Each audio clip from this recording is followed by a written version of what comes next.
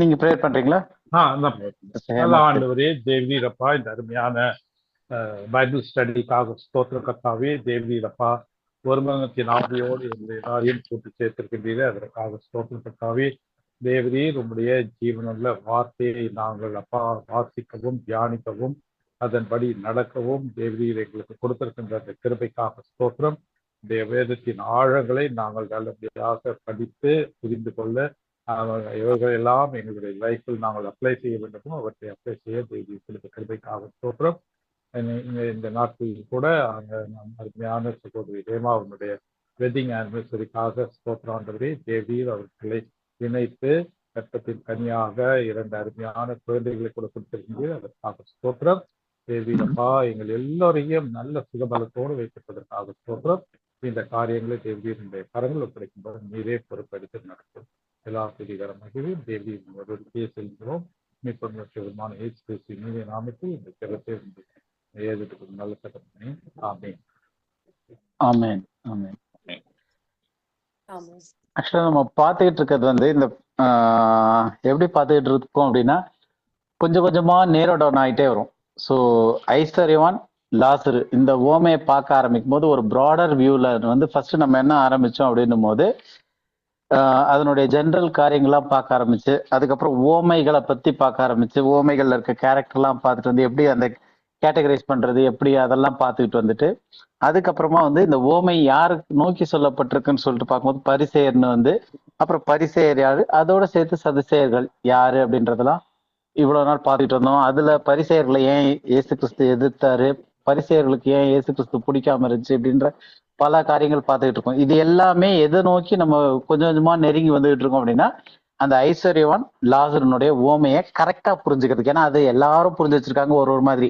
அதை கரெக்டா எப்படி புரிஞ்சுக்கிறது, ஏன்னா அதுல இருக்கிற அந்த குழப்படியான சில காரியங்களை நம்ம ஏற்கனவே பார்த்துருக்குறோம். அதுல இருந்து கொண்டு வந்திருக்கிற தவறான டீச்சிங்க நிறைய இருக்கு அப்படின்னு சொல்லி அதெல்லாம் நிறைய கேள்விகள்லாம் கேட்டு பார்த்துட்டு வந்தோம். ஸோ அதுல நேரோ டவுன் பண்ணி நம்ம பார்த்துட்டே வந்துட்டு இருக்கோம். அதுல போன வாரம் என்ன பார்த்தோம் அப்படின்னு ஒரு 2 minutesல ஒரு ரீகேப் சின்னதா.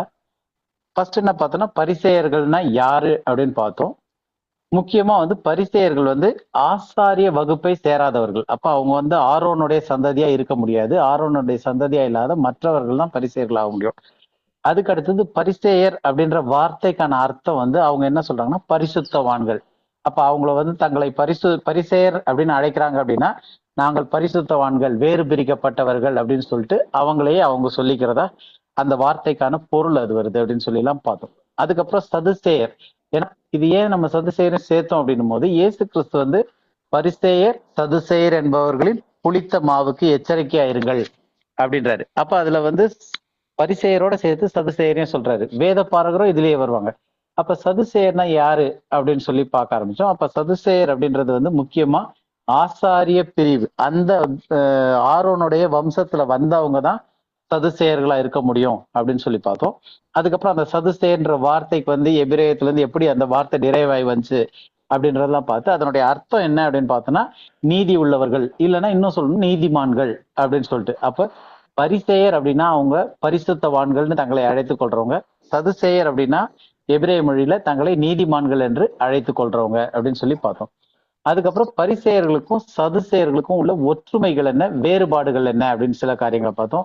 2 பேருமே வந்து இந்த ஆலோசனை சங்கத்துல அங்கம் வகிக்கிறவங்களா இருந்தாங்க. அதுக்கப்புறம் மத தலைவர்களா இருந்தாங்க. அந்த டைம்ல இயேசு கிறிஸ்து வாழ்ந்த காலத்துல யூத மதத்தினுடைய தலைவர்களுடைய பொறுப்புல 2 பேருமே வகிச்சிருக்கிறாங்க. அவங்களுக்கு கண்ட்ரோல் இருந்திருக்கு அப்படின்ற சில காரியங்களாம் ஒற்றுமையில பார்த்தோம். அதே மாதிரி 2 பேருக்கும் உள்ள வேற்றுமையில பார்க்கும்போது முக்கியமான ஒரு வேற்றுமை என்ன அப்படின்னு பார்த்தா நிறைய இருக்கு. அதுல முக்கியமான ஒரு 2 மட்டும் இப்ப நம்ம ரிமைண்ட் பண்றதுக்காக ஜஸ்ட் ஸ்டார்ட் பண்ணிட்டு போவோம். அதுல முக்கியமானது என்னன்னு பார்த்தோம்னா, பரிசேயர்கள் வந்து வெறும் தோராவை மட்டும் பின்பற்றவங்க கிடையாது. அது போக தல்மூட் அப்படின்றத பின்பற்றுவாங்க, மிஷ்னா அப்படின்றதையும் பின்பற்றுவாங்கன்னு பார்த்தோம். தல்மூட் அப்படின்றது வந்து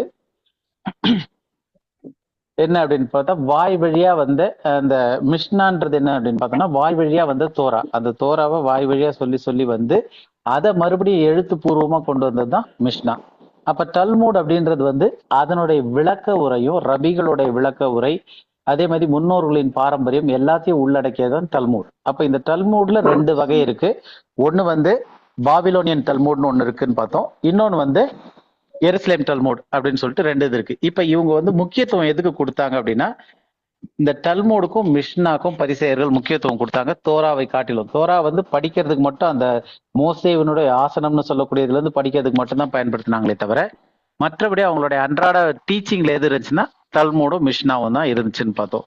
ஆனா சதுசேயர்கள் வந்து தோராவை தவிர எதையுமே பின்பற்ற மாட்டார்கள். தல்மூடா இருக்கட்டும், மிஷ்னாவா இருக்கட்டும், அதையும் பின்பற்ற மாட்டாங்க. இன்னும் ஒரு படி கூடுதலா அவங்க போய் வேற எதையும் பின்பற்ற மாட்டாங்க அப்படின்னு பார்த்தோம்னா, நவீம் கத்துவீம்னு சொல்லக்கூடிய அந்த தீர்க்க தரிசன புத்தகங்கள், இல்லாட்டி ஞான பாட்டுகளின் புத்தகங்கள்னு சொல்லக்கூடிய அந்த பழைய ஏற்பாட்டுல இருக்கக்கூடிய அதுங்களை கூட அவங்க அந்த அளவுக்கு வேல்யூஷன் கொடுக்க மாட்டாங்க. அவங்க கொடுக்கறது வெறும் அந்த 5 ஆகமங்கள்னு சொல்லக்கூடிய அந்த தோராவை மட்டும்தான் சதுசேயர்கள் பின்பற்றுவாங்க அப்படின்னு சொல்லிட்டு பார்த்தோம். இது ஒரு முக்கியமான வித்தியாசமா 2 பேருக்கும் உள்ளதை பார்த்தோம். அதுக்கு அடுத்தது 2வது முக்கியமான காரியம் பார்த்ததுல வந்து பரிசேயர்கள் உயிர்த்தெழுதல்ல நம்பிக்கை உள்ளவர்கள்.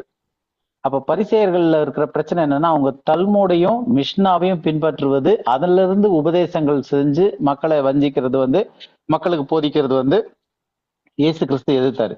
ஆனா சதுசேயர்களுக்கு சொல்லும் போது அவங்க வந்து உயிர்த்தெழுதல்ல நம்பிக்கை இல்லாதவர்கள். பரிசேயர்கள் உயிர்த்தெழுதல்ல நம்பிக்கை இருக்கு, அதுல பிரச்சனை கிடையாது. ஆனா சதுசேயர்களுக்கு உயிர்த்தெழுதல்ல நம்பிக்கை இல்லை அப்படின்னு சொல்லிட்டு பார்த்தோம்.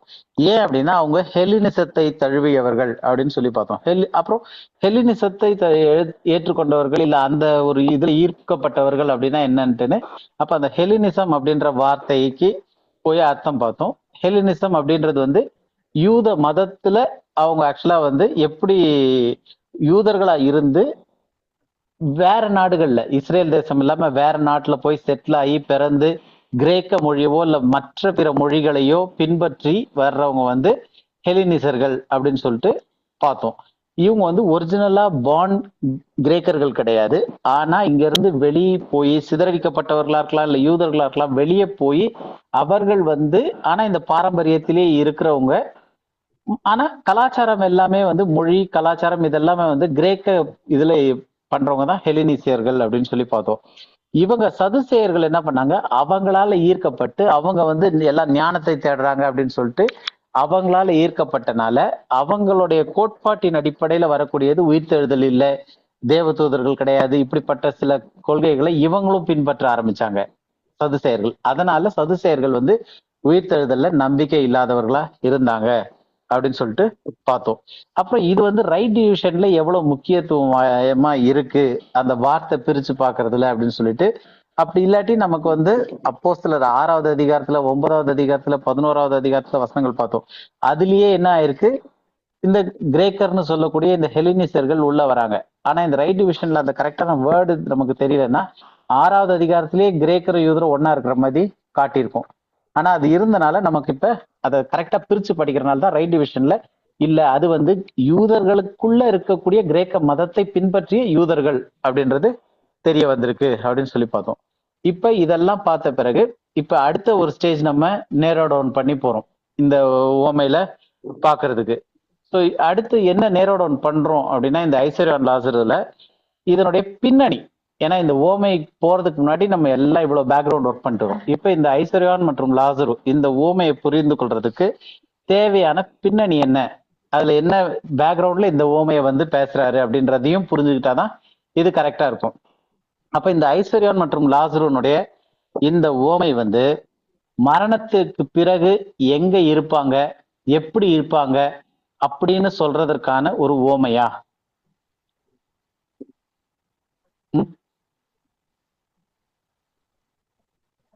பதில் சொல்லலாம். இல்ல சார், இல்ல இல்ல வேற யாராவது? இல்ல. So sure. ஆனா இதுல முக்கியத்துவமே எதை பத்தி பேசுறாங்கன்னா, ஒரு கதையை சொல்லி அதுல வந்து மரணத்திற்கு பின்னாடி இப்படி இவங்க போறாங்க அங்க போறாங்கன்னு இதை வச்சுதான் ஏகப்பட்ட கோட்பாடுகளே உருவாக்கியிருக்காங்க. அந்த இன்னைக்கு மரித்த பிறகு நான் ஒரு தனி இடத்துக்கு போயிருக்காங்க, இங்க நரகத்துல போய் எரியறாங்க அப்படின்ற கோட்பாடெல்லாம் இந்த ஓமையில இருந்து வந்தது. அப்போ இது வந்து இதுதான் ரீசனா, அதாவது மரித்த பிறகு எங்க போய் இருக்க போறாங்க அப்படின்றத சொல்றதுக்கு தான் இந்த ஓமையா அப்படின்னு கேட்டா கிடையாது. அப்ப இந்த ஓமை ஐஸ்வர்யான் மற்றும் லாசரனோட இந்த ஓமை இருக்கு இல்லையா, இது வந்து மரணத்துக்கு பிறகு எங்க இருப்பாங்க, எப்படி இருப்பாங்கன்றது தெரிவிக்கிறதுக்கு அதுக்கான ஒரு உவமை கிடையாது. ஆனா அந்த நிறைய பேர் என்ன பண்றாங்க, இந்த உவமையை வந்து இது அது பத்தி தான் அப்படின்ட்டு இதுக்கு முக்கியத்துவம் கொடுக்குறாங்க. ஏன்னா இன்னைக்கு டேட்ல வந்து நரகம் இருக்கு, இல்ல நரகத்துல இன்னைக்கும் மரித்தவர்கள், தேவனை அறியாதவர்கள் நரகத்துல எரிஞ்சுக்கிட்டு இருக்காங்க. அவங்களுக்கு இளைப்பாறுதல் இல்லாமல் இருக்கிறாங்க மரித்த பிறகு. இன்னொரு இடத்துல வந்து ரட்சிக்கப்பட்டவர்களோ இல்ல தேவனை அறிந்தவர்களோ ஒரு ஆறுதலான இடத்துல, ஒரு பரதீசில, வேற ஒரு இடத்துல, இல்ல கீழான பாதாளம், மேலான பாதாளம் அப்படின்னு சொல்லிட்டு இவ்வளோ விதமான டீச்சிங்கள் இந்த வர்றதுக்கான காரணம் இந்த ஒரு ஓமைதான்றது தெரியுமா? புரியுதா உங்களுக்கு? இந்த ஒரு ஓமையில இருந்து ரெண்டு விதமா இதெல்லாம் வந்து இந்த ஓமை இதை பத்தி பேசுதானா இல்லன்ட்டோம். ஆனா பொதுவா வந்து இந்த ஓமையில இருந்து தான் வந்து இந்த காரியங்கள்லாம் வருது. அப்ப இதை சரியா எப்படி புரிஞ்சுக்கிறது இந்த ஓமைய அப்படின்னு சொல்லிட்டு பார்ப்போம். அப்ப இந்த ஓமையை சரியா புரிஞ்சுக்கிறதுக்கு இயேசு கிறிஸ்து வந்து இந்த ஓமையை எந்த சூழல்ல யாருக்கு இந்த ஓமையை சொன்னார் அப்படின்றத ஃபர்ஸ்ட் நம்ம புரிஞ்சுக்கணும். ஏற்கனவே நம்ம பார்த்துட்டோம், ஒரு ஓமையை படிக்கணும் இல்ல அந்த ஓமையை இன்டர்பிரேட் பண்ணணும் அப்படின்னா அது எந்த சூழல்ல சொல்லியிருக்கு, யாருக்கு சொல்லியிருக்கு அப்படின்றதெல்லாம் வந்து நம்ம ஃபர்ஸ்ட் பார்க்கணும் அப்படின்னு சொல்லிட்டு ஏற்கனவே நம்ம பார்த்துருக்கோம். அப்ப இந்த ஐஸ்வர்யான் மற்றும் லாசரு இந்த ஒரு ஓமை வர்றதுக்கு முன்னாடி இதுல ஒரு இஷ்யூ ஒண்ணு இருக்கு. இது யாராவது கேள்விப்பட்டிருக்கீங்களான்னு சொல்லுங்க. அதாவது இது ஓமை கிடையாது, இது உண்மை சம்பவம்னு ஒரு குரூப் சொல்றாங்க. இது வந்து உண்மை சம்பவம் இல்ல, இது ஒரு ஓமைன்னு ஒரு குரூப் சொல்றாங்க. இது கேள்விப்பட்டிருக்கீங்களா? இல்ல எல்லாருமே இது ஓமைன்னு தான் இல்ல நினைச்சிருக்கீங்களா? இது நல்லா கேள்விப்பட்டிருக்கோம். That people think it is a real thing, not a parable. Real thing அப்படின்னு சொல்லி, அண்ட் நாட் எ பேரபிள்னு. வேற யாராவது இது உண்மையா ரியல் திங் தான் நடந்தது. சார். கேள்விப்பட்டிருக்கீங்க? ரியல் உண்மையா திங் சொல்லி தான் நடந்தது. நான் நிறைய அந்த பேர் சொல்லி அதான் உண்மையா கேள்விப்பட்டிருக்கேன். ஏன்னா பேரே சொல்லி மென்ஷன் அதான் உண்மையா பண்றாங்க, அதனால நடந்ததுட்டு. உண்மைதான் அப்படின்றது ஒரு ஆர்குமெண்ட் இருக்கு. ம் அவனுடைய பேர் ஆமா. சொல்லி அதனால வந்துட்டனால இது நிஜமா நடந்ததுதான் அப்படின்னு. ஆமா, ஏன்னா மற்ற ஓமைகள் எல்லாம் வந்து பேர் இருக்காது, ஒருன்னு ஆரம்பிக்கும். ஒரு மனுஷன் தான், ஒரு ஸ்திரீ இருந்தா அப்படின்ற மாதிரி ஒண்ணுன்னு ஆரம்பிக்கும். இதுல வந்து பேர் இருக்கு. அது என்னன்றதையும் நம்ம பார்க்க போறோம் அடுத்த இதுல வரும்போது. அப்போ சிலர் நம்புற மாதிரி இது வந்து ஓமை கிடையாது, இது ஒரு உண்மை சம்பவம் அப்படின்றனால அந்த ஒரு டீச்சிங் போறனால இப்ப இது ஓமைன்னு சொன்னா அதனுடைய விளக்கமே வேற மாதிரி செய்யணும். ஓமை வந்து எதுவுமே நேரடியான பொருள் கொள்றதுக்கு இல்லைன்னு நம்ம பார்த்துட்டோம். ஒரு பொருளை மறைச்சு சொல்றதுக்காக சொல்லப்படுறது காரியங்கள் தான் ஓமைன்னு பார்த்திருக்கோம். அப்ப இது ஓமையே இல்லைன்னா அப்ப இது லிட்டரலா நடந்த சம்பவம்னு ஆயிடுது. அப்ப இது லிட்டரலா நடந்த சம்பவம் அப்படின்னு சொல்லும் போது அந்த உண்மையான சம்பவத்துல மரித்த பிறகு எங்க போறாங்க? ஒருத்தர் நரகத்துல போய் எரியறதுக்கு போறாங்க, இன்னொருத்தர் வந்து ஆபிரகாம் மடி அப்படின்ற இடத்துக்கு போறாங்க. இந்த ரெண்டு இடத்துக்கும் போறதுக்கான காரணம் ஏற்கனவே நம்ம பார்த்தோம். ஐஸ்வர்யான் வந்து நல்லா ஆடம்பரமா வாழ்ந்து நல்லா சாப்பிட்டு நல்லா இருந்தாரு, அதனால அவர் நரகத்துல போய் எரிகிறாரு, இப்போ கஷ்டப்படுறாரு. இன்னொருத்தர் வந்து சாப்பாட்டுக்கே வழி இல்லாம வீட்டு வாசல படுத்திருந்தாரு, புண்ணு வந்துருந்துச்சு, நாய் அவர் புண்ணெல்லாம் நக்கிக்கிட்டு இருந்துச்சு, அதனால அவரு அப்ப கஷ்டப்பட்டனால இப்ப இளைப்பாறுதல் வர்றாரு. அப்ப பிப்ளிக்கலாவே இந்த கான்செப்ட் தப்பாகுது. பரலோகம் போறதுக்கும் நரகம் போறதுக்கும் இது அடிப்படை கிடையாது. அப்ப இந்த இது வந்து லிட்டரலா எடுக்கணும் அப்படின்னாலே அங்கேயே குளறுபடி வருது. ஆனாலும் லிட்டரலா எடுக்கிறதுக்கு காரணம் என்ன? அங்க லாசருன்னு ஒரு பேர் இருக்கு, அதனால இது ஓமை கிடையாதுன்னு சொல்றாங்க. நம்ம அதை வந்து அடுத்த வர்ற வாரத்துல பார்க்க போறோம், அது என்ன அப்படின்றத டீட்டெயிலா பார்க்க போறோம். அப்ப இந்த மாதிரியான சில காரியங்களை வச்சு இது வந்து ஓமை கிடையாது, இது ஒரு உண்மை சம்பவம் அப்படின்னு சொல்றாங்க. இப்ப அதை வந்து நம்ம நெக்ஸ்ட் வீக் தான் அதை பார்க்க போறோம். அந்த லாசருன்னு வருது, அது எப்படி வருது, எதுக்காக வந்திருக்கு அப்படின்றத. அப்படி இருக்கும்போது இப்போதைக்கு நம்ம இந்த ஸ்டடிக்கு வந்து இதை ஓமைனே எடுத்துக்குவோம். அப்ப இந்த ஓமைனே எடுத்து இதை நம்ம படிச்சுட்டு இருப்போம். நெக்ஸ்ட் வீக் இது ஓமை தான் அப்படின்றதுக்கும் இது உண்மை சம்பவம் இல்லைன்றதுக்கும் நெக்ஸ்ட் வீக் நம்ம பார்ப்போம். இப்ப இந்த ஐஸ்வர்யான் லாசரு இந்த ஒரு ஓமைக்கு சம்பவம், இந்த ஒரு ஓமையில ஒரு கதையை சொல்றாரு. இதுக்கு சொல்ல போனோம் அப்படின்னா இது ஒரு தனி சம்பவம் கிடையாது. ஏன்னா இது வந்து சம்பவம்னு சொன்னதான் இது ஒரு தனியா ஏதோ எங்கேயோ ஒரு இதுல ஆரம்பிச்சு இது ஒரு சொல்றதா வருது. ஆனா இது அப்படி கிடையாது. இது வந்து முதல் ஒரு ஓமைன்னு சொல்லிட்டோம். அப்ப அந்த ஓமைன்னு சொல்லும் போது அந்த ஓமை வந்து தனியா திடீர்னு ஒரு ஓமை சொல்ல, இது வந்து ஒரு தொடரா இருக்கக்கூடிய ஒரு ஓமைகளினுடைய ஒரு வரிசையில, தொடர் வரிசையில வரக்கூடிய ஒரு ஓமை. அப்ப இது வந்து மொத்தமா அவர் நிறைய ஓமைகள் சொல்லிக்கிட்டு வர்றாரு இயேசு கிறிஸ்து. அப்படி சொல்லிக்கிட்டு வர்றதுல இது ஒரு ஓமையா இருக்கு. ஸோ அதனால நம்ம என்ன பண்றோம்னா, இந்த பேக்ரவுண்ட் படிக்கிறதுக்காக இந்த ஓமை இந்த தொடர்ல வருது இல்லையா, இதனுடைய பின்னணியெல்லாம் நம்ம புரிஞ்சுக்கிறது வந்து கட்டாயமா தேவையா இருக்கு. அப்பதான் வந்து இதை கரெக்டா இன்டர்பிரட் பண்றதுக்கு. ரெண்டாவது, நம்ம ரொம்ப ஸ்லோவா நேரோ டவுன் பண்ணி போயிட்டு இருக்கனால இதுல எங்க இருந்து ஆரம்பிக்குது அந்த ஓமையினுடைய தொடர்ச்சி அப்படின்னு சொல்லிட்டு அதையும் பார்த்துடலாம். அப்போ இந்த ஓமையை யாருக்காக சொல்லப்பட்டுச்சு அப்படின்னு நம்ம ஏற்கனவே டைரக்டா அந்த வசனத்தை மட்டுமே பார்த்துட்டோம். யாருக்காக சொல்லப்பட்டுச்சு அப்படின்னும் போது ஐஸ்வர்யான் லாசருனுடைய ஓமை வந்து பரிசேயர்களுக்கு சொல்லப்பட்டுச்சுன்னு பார்த்துட்டோம். ஆனா எங்க இருந்து இந்த கதை ஆரம்பிச்சு வருது, எதுக்காக இந்த ஓமையை பரிசேயர்கள்கிட்ட அப்ப சொல்றாரு அப்படின்றதுக்கு வந்து நம்ம புரிஞ்சுக்கணும். அப்படின்னா அதுக்கு முன்னாடி உள்ள 2 அதிகாரங்களை நம்ம படிக்கணும். அப்ப அந்த 2 அதிகாரமே தொடர்ச்சியா வந்து ஓமைகளா தான் வருது. இதுல வந்து நம்ம டீடைல்டா போக போறது இல்லை. இன்னைக்கு கொஞ்சம் சீக்கிரம் கூட முடிச்சிடலாம்னு வச்சுக்கேன். டீடைல்டா போக போறது இல்லை. ஒரு ஓமையை மட்டும்தான் நம்ம கொஞ்சம் டீடைல்டா பார்க்க போறோம். மீதி எல்லா ஓமையும் வந்து ஜஸ்ட் அது யாருக்கிட்ட என்ன இதுக்காக எப்படி சொல்லியிருக்கு அப்படின்றத மட்டும்தான் நம்ம பார்த்துட்டு போயிட்டே இருக்க போறோம். ஸோ அப்போ ஃபர்ஸ்ட் இது எங்க ஆரம்பிக்குதுன்னா, இந்த ஐஸ்வர்யான் லாசருனுடைய ஓமை வந்து 16வது சாப்டர்ல வருது, 16ல வருது. அப்போ அதுக்கு 2 அதிகாரத்துக்கு முன்னாடி இருந்தே இந்த கான்வர்சேஷனுடைய இது அப்படியே கிராஜுவலா ஆரம்பிச்சுக்கிட்டு வருது, பில்ட் ஆகுது. அப்போ 14வது அதிகாரத்துல முதல் இந்த காரியங்கள் ஆரம்பிக்குது. அப்ப இந்த 14வது இதுல வந்து என்ன சூழல்ல இந்த ஓமைகள்லாம் ஆரம்பிக்குது ஃபர்ஸ்ட் அப்படின்னு பார்த்தோம்னா, முதல் வசனம் படிச்சிடலாம். 14ல லூக்கா 14:1 முதல் வசனம் படிங்க. லூக்கா 14:1. ஒரு ஓய்வு நாளிலே பரிசேயரில் தலைவனாகிய ஒருவனுடைய வீட்டிலே அவர் போஜனம் பண்ணும்படிக்கு போயிருந்தார். ஓகே, இப்ப இந்த சம்பவம் எங்க ஆரம்பிக்குது? ஓய்வு நாள்ல. அது எப்போ ஆரம்பிக்குது? எப்போ ஆரம்பிக்குதுன்னா ஓய்வு நாள், தலைவனுடைய வீட்டில். அப்ப எங்க ஆரம்பிக்குது? இந்த ஒரு டோட்டல் கான்செப்ட்னுடைய இதுல முதல் விஷயம் எங்க ஆரம்பிக்குது அப்படின்னு, ஏன்னா இது வந்து சாப்டர் வைஸ் பிரிச்சிருக்கு, கொஞ்சம் நாட்கள் ஓடிக்கலாம். ஆனா இந்த கான்டெக்ஸ்டா அப்படியே லைனா அடுத்தடுத்து ஓமைகளா அவர் சொல்லிட்டு வர்றாரு. இது எங்க ஆரம்பிக்குதுன்னு பார்த்தோம்னா ஒரு 14வது அதிகாரத்துல நம்ம எடுத்துக்கலாம்.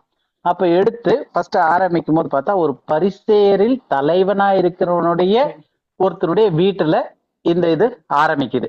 ஸோ அப்ப அங்க என்ன முதல் ஓமை என்ன சொல்றாரு அப்படின்னு பார்த்தோம்னா, the parable of the wedding ஃபீஸ்ட்னுவாங்க, கல்யாண விருந்தினுடைய ஓமை. அப்ப அந்த கல்யாண விருந்தினுடைய ஓமை அது என்ன ஓமைன்னு ஜஸ்ட் ஒரு செகண்ட், எல்லாமே ஒரே ஒரு இது மட்டும் தான் இன்னைக்கு சீக்கிரம் முடிக்கலான்னு இருக்கேன். லூக்கா 14:7 படிங்க. லூக்கா 14:7.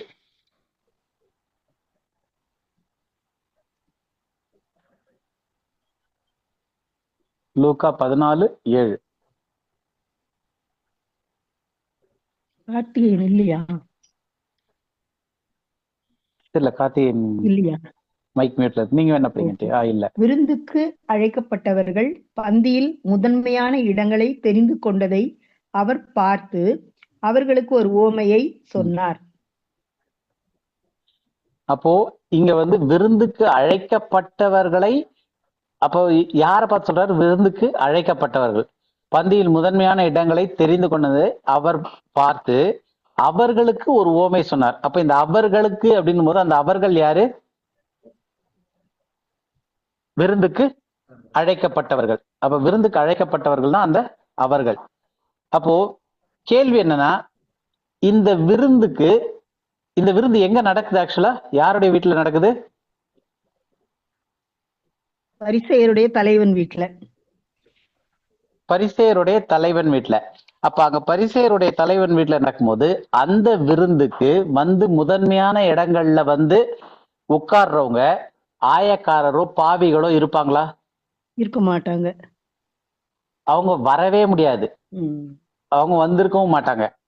ஏன்னா அவங்கெல்லாம் இவங்க சேர்த்துக்கவும் மாட்டாங்க. ஏன்னா இது பரிசேயர் மட்டும் இல்ல, பரிசேயர்களின் தலைவனுடைய வீட்டுல, பரிசேயரின் தலைவனுடைய ஒருவனுடைய வீட்டுல வந்து விருந்துக்கு அழைக்கப்பட்டவர்கள். அப்ப யார் அழைச்சிருப்பாங்க? பரிசேயர், வேதபாரகர், இப்படி அந்த சமூகத்துல மேன்மையான இடத்துல இருக்கிறவங்க, தங்களை பரிசுத்தவான்கள்னு சொல்லிக்கிறவங்க, அவங்களதான் அழைச்சிருப்பாங்க. அப்ப அவங்க கிட்ட சொல்றாரு, இந்த குரூப்ல வந்து ஆயக்காரர்களும் பாவிகளும் இருக்க முடியாது. அப்ப இந்த ஓமையை இயேசு கிறிஸ்து யாருகிட்ட சொல்றாரு அப்படின்னு பார்த்தோம்னா, விருந்துக்கு அழைக்கப்பட்டு அங்கு வந்தவர்களுடன் அப்படின்னு சொல்லும் போது அங்க வந்திருக்கிறவங்க எல்லாமே வந்து பரிசேயரால அங்கீகரிக்கப்பட்டவர்கள். அப்ப அதுல ஆயக்காரர்கள் பாவிகள்னு சொல்லக்கூடியவங்க எல்லாம் அதுல இல்ல அப்படின்றது தெரியுது இல்லையா? ஆயக்காரர்கள் பாவிகளும் அங்க போக முடியாது அந்த இதுல. சோ இது வந்து முதல் ஓமை சொல்லிட்டு வர்றாரு. அடுத்த ஓமை என்ன சொல்றாரு அப்படின்னு பார்த்தோம்னா, அதே 14வது இதுலயே வந்து இந்த ஓமையெல்லாம் டீட்டெயில்டா அது வேற வேற இது. ஏன்னா ராஜ்யத்தை குறித்து ஒவ்வொரு விஷயத்து குறித்து ஒவ்வொரு ஓமை சொல்லிட்டே வர்றாரு. பேசலாம். இப்ப நம்ம பாக்குறது வந்து என்னென்ன ஓமை யாருகிட்ட சொல்லியிருக்காரு, என்ன ஓமை யாருகிட்ட சொல்லியிருக்காரு. மைக் ஆன் ஆயிருக்கு நினைக்கிறேன். ஓகே, மியூட் பண்ணிட்டேன். ஸோ ஒரு பெரிய விருந்தினுடைய ஓமை அப்படின்னு சொல்லிருக்கு, இந்த parable of the great banquet அப்படின்னு சொல்லிட்டு. இந்த ஓமை யாருக்கிட்ட சொல்லியிருக்கு, எங்க ஆரம்பிச்சிருக்கு அப்படின்னு சொல்லிட்டு பார்ப்போம். லூக்கா 14வது அதிகாரம் 12வது வசனம். லூக்கா 14:12. அவர் தம்மை விருந்துக்கு அழைத்தவனை நோக்கி, நீ பகல் விருந்தாவது ராவிருந்தாவது பண்ணும்போது உன் சிநேகிதரையாகிலும் உன் சகோதரரையாகிலும் உன் பந்து ஜனங்களையாகிலும் ஐஸ்வர்யமுள்ள அயலகத்தாரையாகிலும் அழைக்க வேண்டாம். அழைத்தால் அவர்களும் உன்னை அழைப்பார்கள், அப்போது உனக்கு பதிலுக்கு பதில் செய்ததாகும். ஓகே, இத வந்து ஒரு ஓமையை சொல்றாரு. யாருக்கு? அன்றியும் அவர் தம்மை விருந்துக்கு அழைத்தவனை நோக்கி. அப்ப யாருகிட்ட சொல்றாரு? விருந்துக்கு அழைத்தவன் யாரு? தலைவன், பரிசேயரில் தலைவனாகிய ஒருவன். அப்ப இந்த ஓமையை யாருகிட்ட சொல்ல முதல் ஓமை வந்து விருந்துக்கு வந்தவர்கள் கிட்ட. அவர்களும் பரிசேயரால் அழைக்கப்பட்டாங்கன்னா அவங்களும் அந்த மாதிரி கேட்டகரியில இருக்கிறவங்க கிட்ட அந்த ஓமையை சொல்றாரு. அடுத்தது விருந்துக்கு அழைத்த அந்த பரிசேயரின் தலைவனாகிய அவங்க கிட்ட இந்த ஓமைய அடுத்தது சொல்றாரு. ஒரு பேரபிள் ஆஃப் த பேங்க்வெட் அப்படின்னு சொல்லிட்டு பெரிய விருந்தினுடைய ஓமை. அடுத்தது சீஷத்துவத்தின், அதாவது அதுக்கு அடுத்தது வந்து சீஷத்துவத்தை வந்து வலியுறுத்துற மாதிரி அதுக்கான விலைக்கிரயம் என்னவா இருக்கும் அப்படின்னு சொல்லிட்டு அதை குறிச்ச ஓமை சொல்றாரு. அப்போ இவ்வளவு நேரம் பேசியிருந்தது வந்து என்ன மாதிரி ஓமைன்னு பார்த்தா, ஒரு கல்யாண விருந்து, அதே மாதிரி ஒரு பெரிய விருந்து, இந்த மாதிரி விருந்துக்கான காரியங்கள் எல்லாம் அந்த மாதிரியான ஓமையை யார்கிட்ட பேசியிருக்காரு? பரிசேயர்களின் தலைவனாகிய ஒருவன்கிட்ட பேசியிருக்காரு. அந்த விருந்துக்கு வந்தவங்க கிட்ட எல்லாம் அப்படிப்பட்ட காரியத்தை பேசியிருக்காரு. ஆனா அடுத்தது அதே இதுல கண்டினியூ ஆகி வரும்போது சீஷத்துவத்தினுடைய விலைக்கிரயம் எவ்வளவு கஷ்டம் அப்படின்றத குறிச்சு பேசுறாரு. அப்ப இந்த ஓமையை யாருக்கிட்ட பேசுறாரு அடுத்து அப்படின்னு பார்த்தோம்னா, லூக்கா 14:25. பின்பு அநேக ஜனங்கள் அவரோட கூட பிரயாணமாய் போகையில் அவர்களிடமாய் அவர் திரும்பி பார்த்து. இப்ப இங்க வந்து பின்பு அப்படின்னும் போது அந்த கல்யாணம் இருந்து அந்த பரிசேயர் தலைவனுடைய வீட்டுல இருந்து எல்லாம் முடிஞ்சிருது. 24 முடிச்சுட்டு அதுக்கப்புறம் பின்பு அநேக ஜனங்கள் அவரோட கூட பிரயாணமாய் போகையில். அப்ப இங்க இருக்கிற அநேக ஜனங்கள்ன்றது வந்து விருந்துக்கு வந்தவங்க கிடையாது. விருந்துக்கு வந்தவங்க தனி, அது முடிஞ்சு போச்சு. அதுக்கப்புறம் இது வந்து அநேக ஜனங்கள் அவரோடு கூட பிரயாணமாய் போகையில் அப்படின்னு சொல்லிட்டு. அப்போ வந்து இதுல நான் 26வது வசனம் போடல. அடுத்த வசனம் யாராவது ஒருத்தர் படிங்க, அது என்னன்னு தெரிஞ்சுக்கும். லூக்கா 14:26. யாதொருவன் என்னிடத்தில் வந்து தன் தகப்பனையும் தாயையும் மனைவியையும் பிள்ளைகளையும் சகோதரரையும் சகோதரிகளையும் தன் ஜீவனையும் வெறுக்காவிட்டால் எனக்கு சீஷனா இருக்க மாட்டான். அப்ப இந்த ஒரு ஓமைய இயேசு கிறிஸ்து எங்க சொன்னாரு, யாருக்கு சொன்னாரு? பிரயாணமா போன அநேக ஜனங்கள் சொல்றாரு. ஜனங்கள். அப்ப திரளான ஜனங்கள், அநேக ஜனங்கள் அவரோடு கூட பிரயாணமாய் அவர் டிராவல் பண்ணி, அதாவது அந்த விருந்தெல்லாம் முடிச்சு அவர் வெளியே டிராவல் பண்ணி போறாரு. போகும்போது அவரோட சேர்ந்துகிட்ட அநேக ஜனங்கள் கிட்ட இவரை பின்பற்றி வந்துகிட்டே இருக்காங்க. அப்ப வரும்போது இந்த ஒரு ஓமையை ஆரம்பிச்சு சொல்றாரு. அப்ப அந்த ஓமையினுடைய கண்டினியூட்டியில இப்ப இந்த ஓமை வந்து எங்க ஆரம்பிக்கிறார் அப்படின்னு பார்த்தோம்னா, ஜனங்களை பார்த்து தன் தகப்பனையாவது தன் தாயாவது மனைவியாவது பிள்ளையாவது சகோதரியாவது என் விட்டுட்டு வராதவே எனக்கு சீஷனா இருக்க மாட்டான், வெறுத்து விட்டால் எனக்கு சீஷனா இருக்க மாட்டான் அப்படின்ற வந்து வெறுக்காவிட்டால்னு வருது. அப்ப இந்த சீஷத்துவத்தினுடைய முக்கியத்துவத்தை ஆரம்பிச்சு சொல்லிட்டு அவங்க கிட்ட இந்த கான்செப்டுக்கு 2 ஓமையை சொல்றாரு ஓமை கதையில. அது என்னது அப்படின்னு பார்த்தோம்னா 14வது அதிகாரத்திலேயே 28வது வசனம் படிங்க. உங்களில் ஒருவன் ஒரு கோபுரத்தை கட்ட மனதாயிருந்து. இப்ப ஒரு கோபுரத்தை கட்டுறத பத்தி ஒரு ஓமை சொல்றாரு. உங்களில் ஒருவன் அப்படின்னும் போது அது அந்த அநேக ஜனங்கள் யாரெல்லாம் அவரை பின்தொடர்ந்து வராங்களோ, சீஷனா இருக்கிற மாதிரி அவங்க கூடவே வராங்க.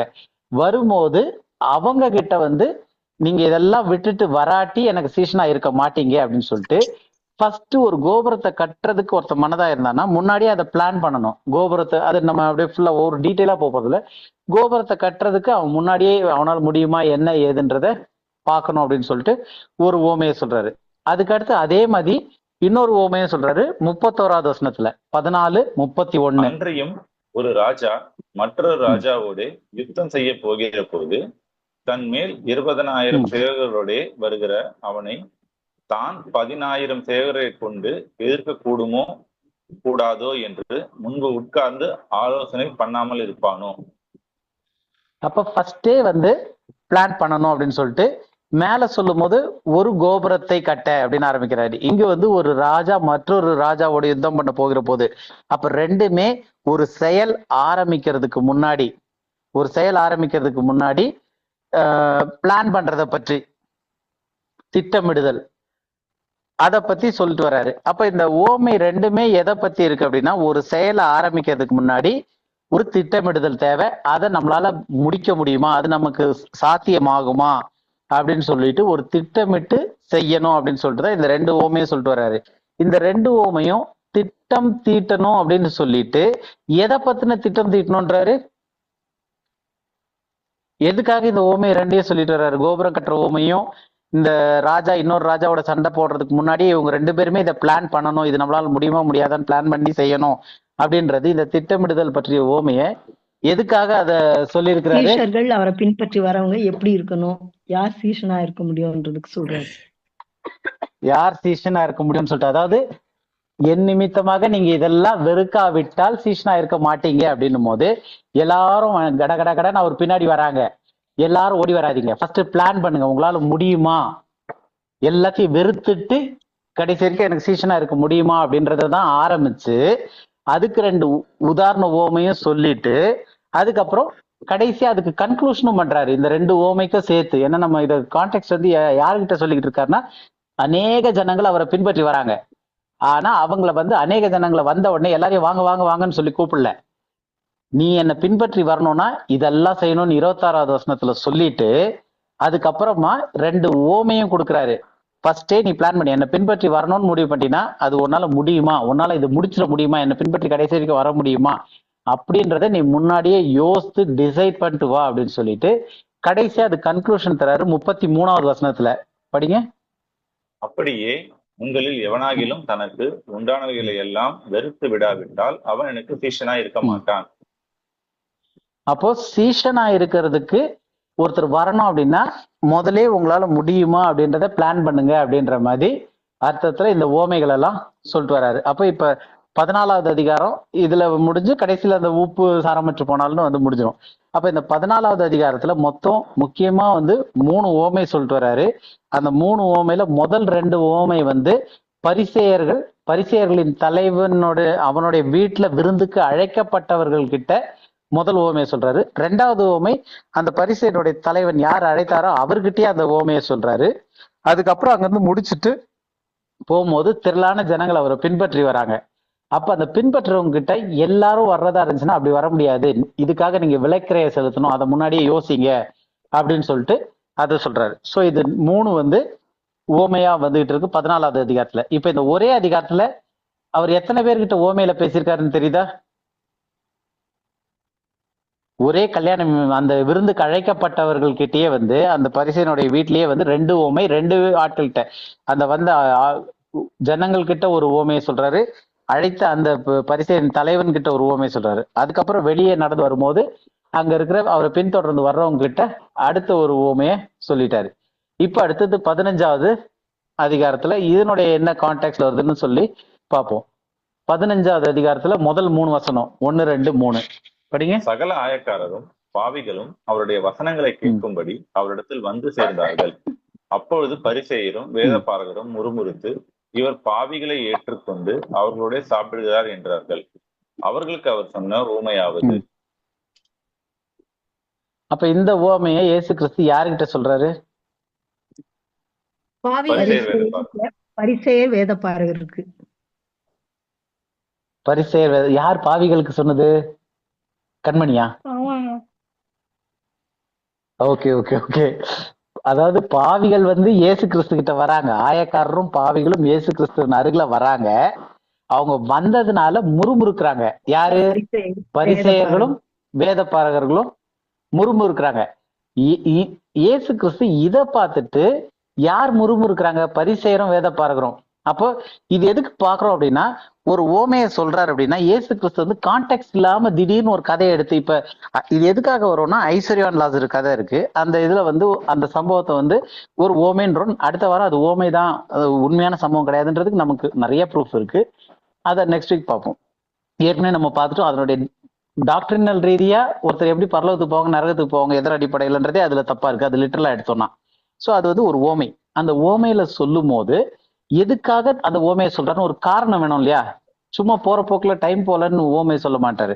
ஒரு காரணம் வேணும். ஒரு அதான் சூழல் அப்படின்றோம், கான்டெக்ட்ன்றோம். அப்ப இந்த ஒரு ஓமை வந்து எப்படி ஆரம்பிக்குது அப்படின்றதுதான் இதை பாக்குறோம். அப்ப அவரிடத்துல நிறைய பேர் வராங்க. வர்றது யாருன்னா ஆயக்காரரும் பாவிகளும் அவரிடத்துல வந்து சேர்றாங்க.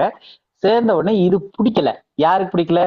பரிசேயருக்கும் வேதபாரகருக்கும் பிடிக்கல. ஏன்னா அவங்க வந்து பரிசுத்தவான்கள், நாங்கள் வேறு பிரிக்கப்பட்டவர்கள், நாங்க அப்படிப்பட்டவங்க கிடையாது, ஆயக்காரரும் பாவிகளை போல நாங்க கிடையாது, நாங்கெல்லாம் ரொம்ப பரிசுத்தவான்கள் அப்படின்னு சொல்லிட்டு இருக்கிறவங்க.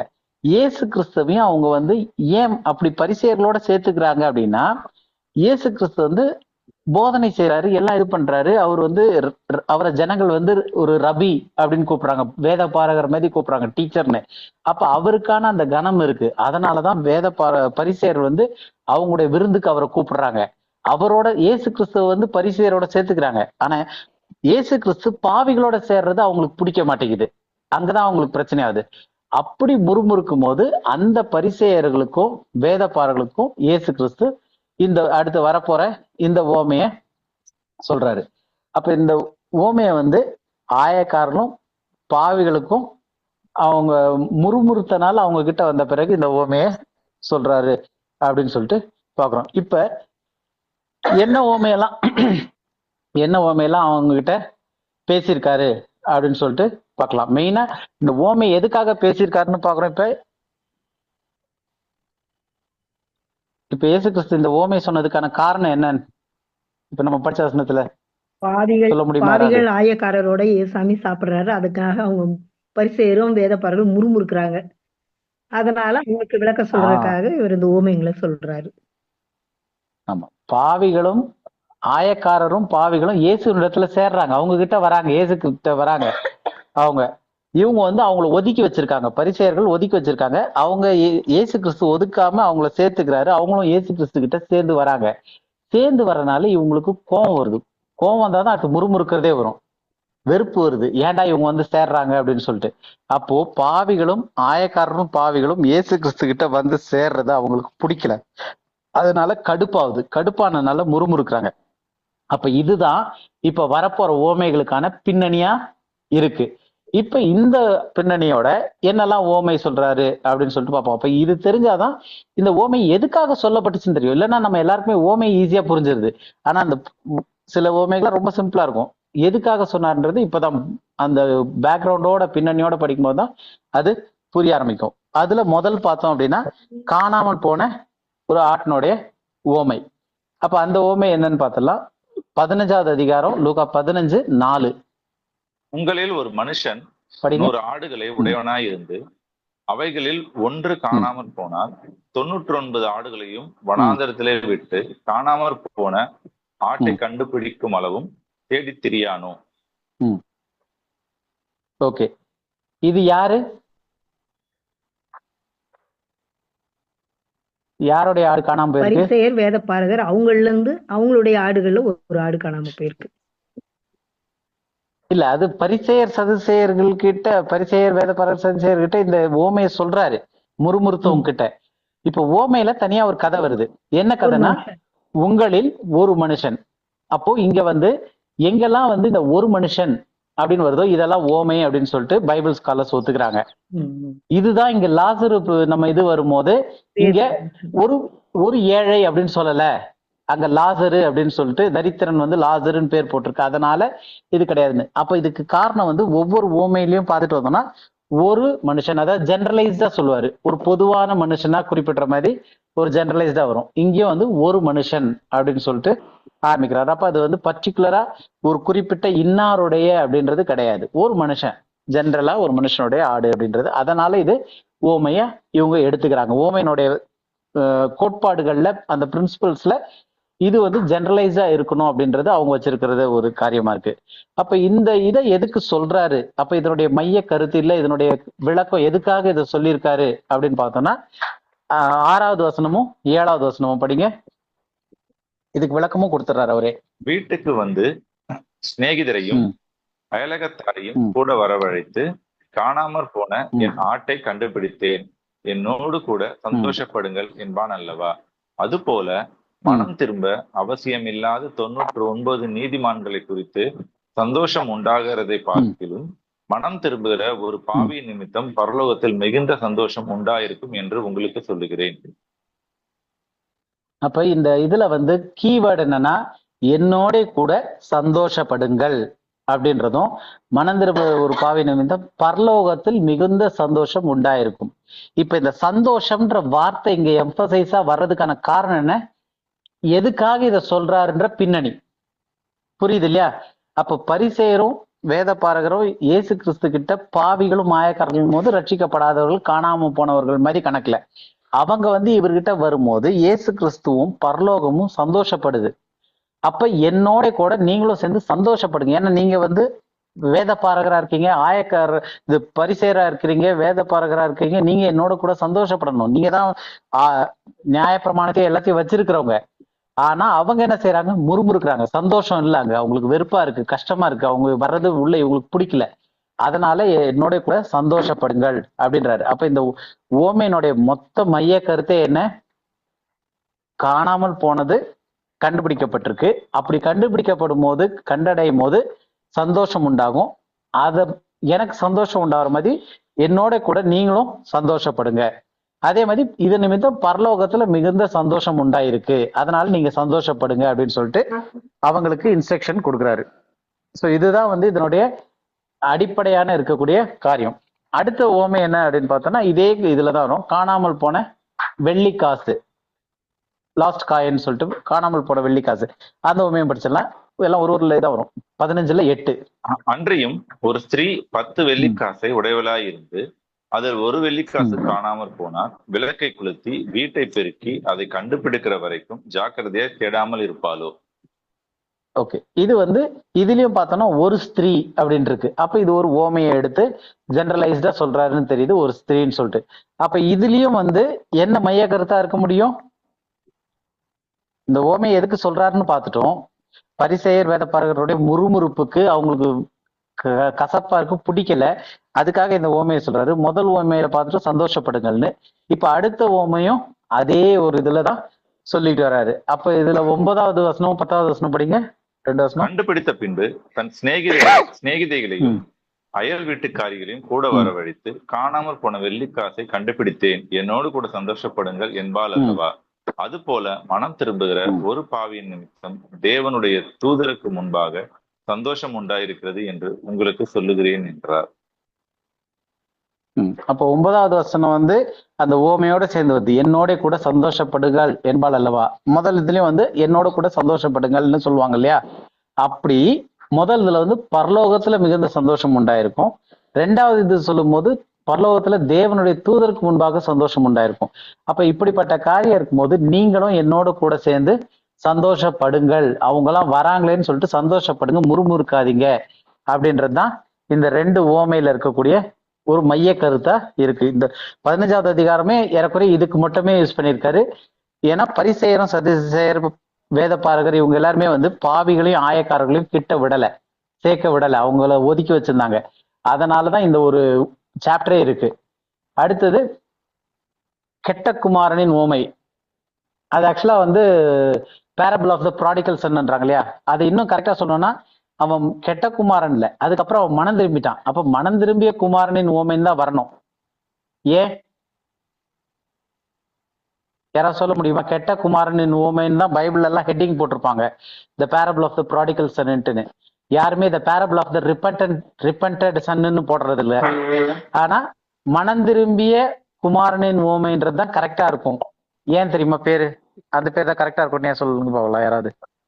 கெட்ட குமாரன்னா மனமே திரும்பாம கெட்டே போயிட்டாதான் கெட்ட குமாரன். ஒரு நாள் ஒன்ஸ் அவன் மனம் திரும்பிட்டதுனால கெட்ட குமாரன்றத அங்க யூஸ் பண்ணக்கூடாது. மனம் திரும்பிய குமாரன் யூஸ் பண்ணக்கூடாது. ஓகே, இது வந்து அந்த ஓமையில இருந்து வருது. நான் கேட்கறது வந்து அந்த கான்டெக்ட்ல இருந்தே.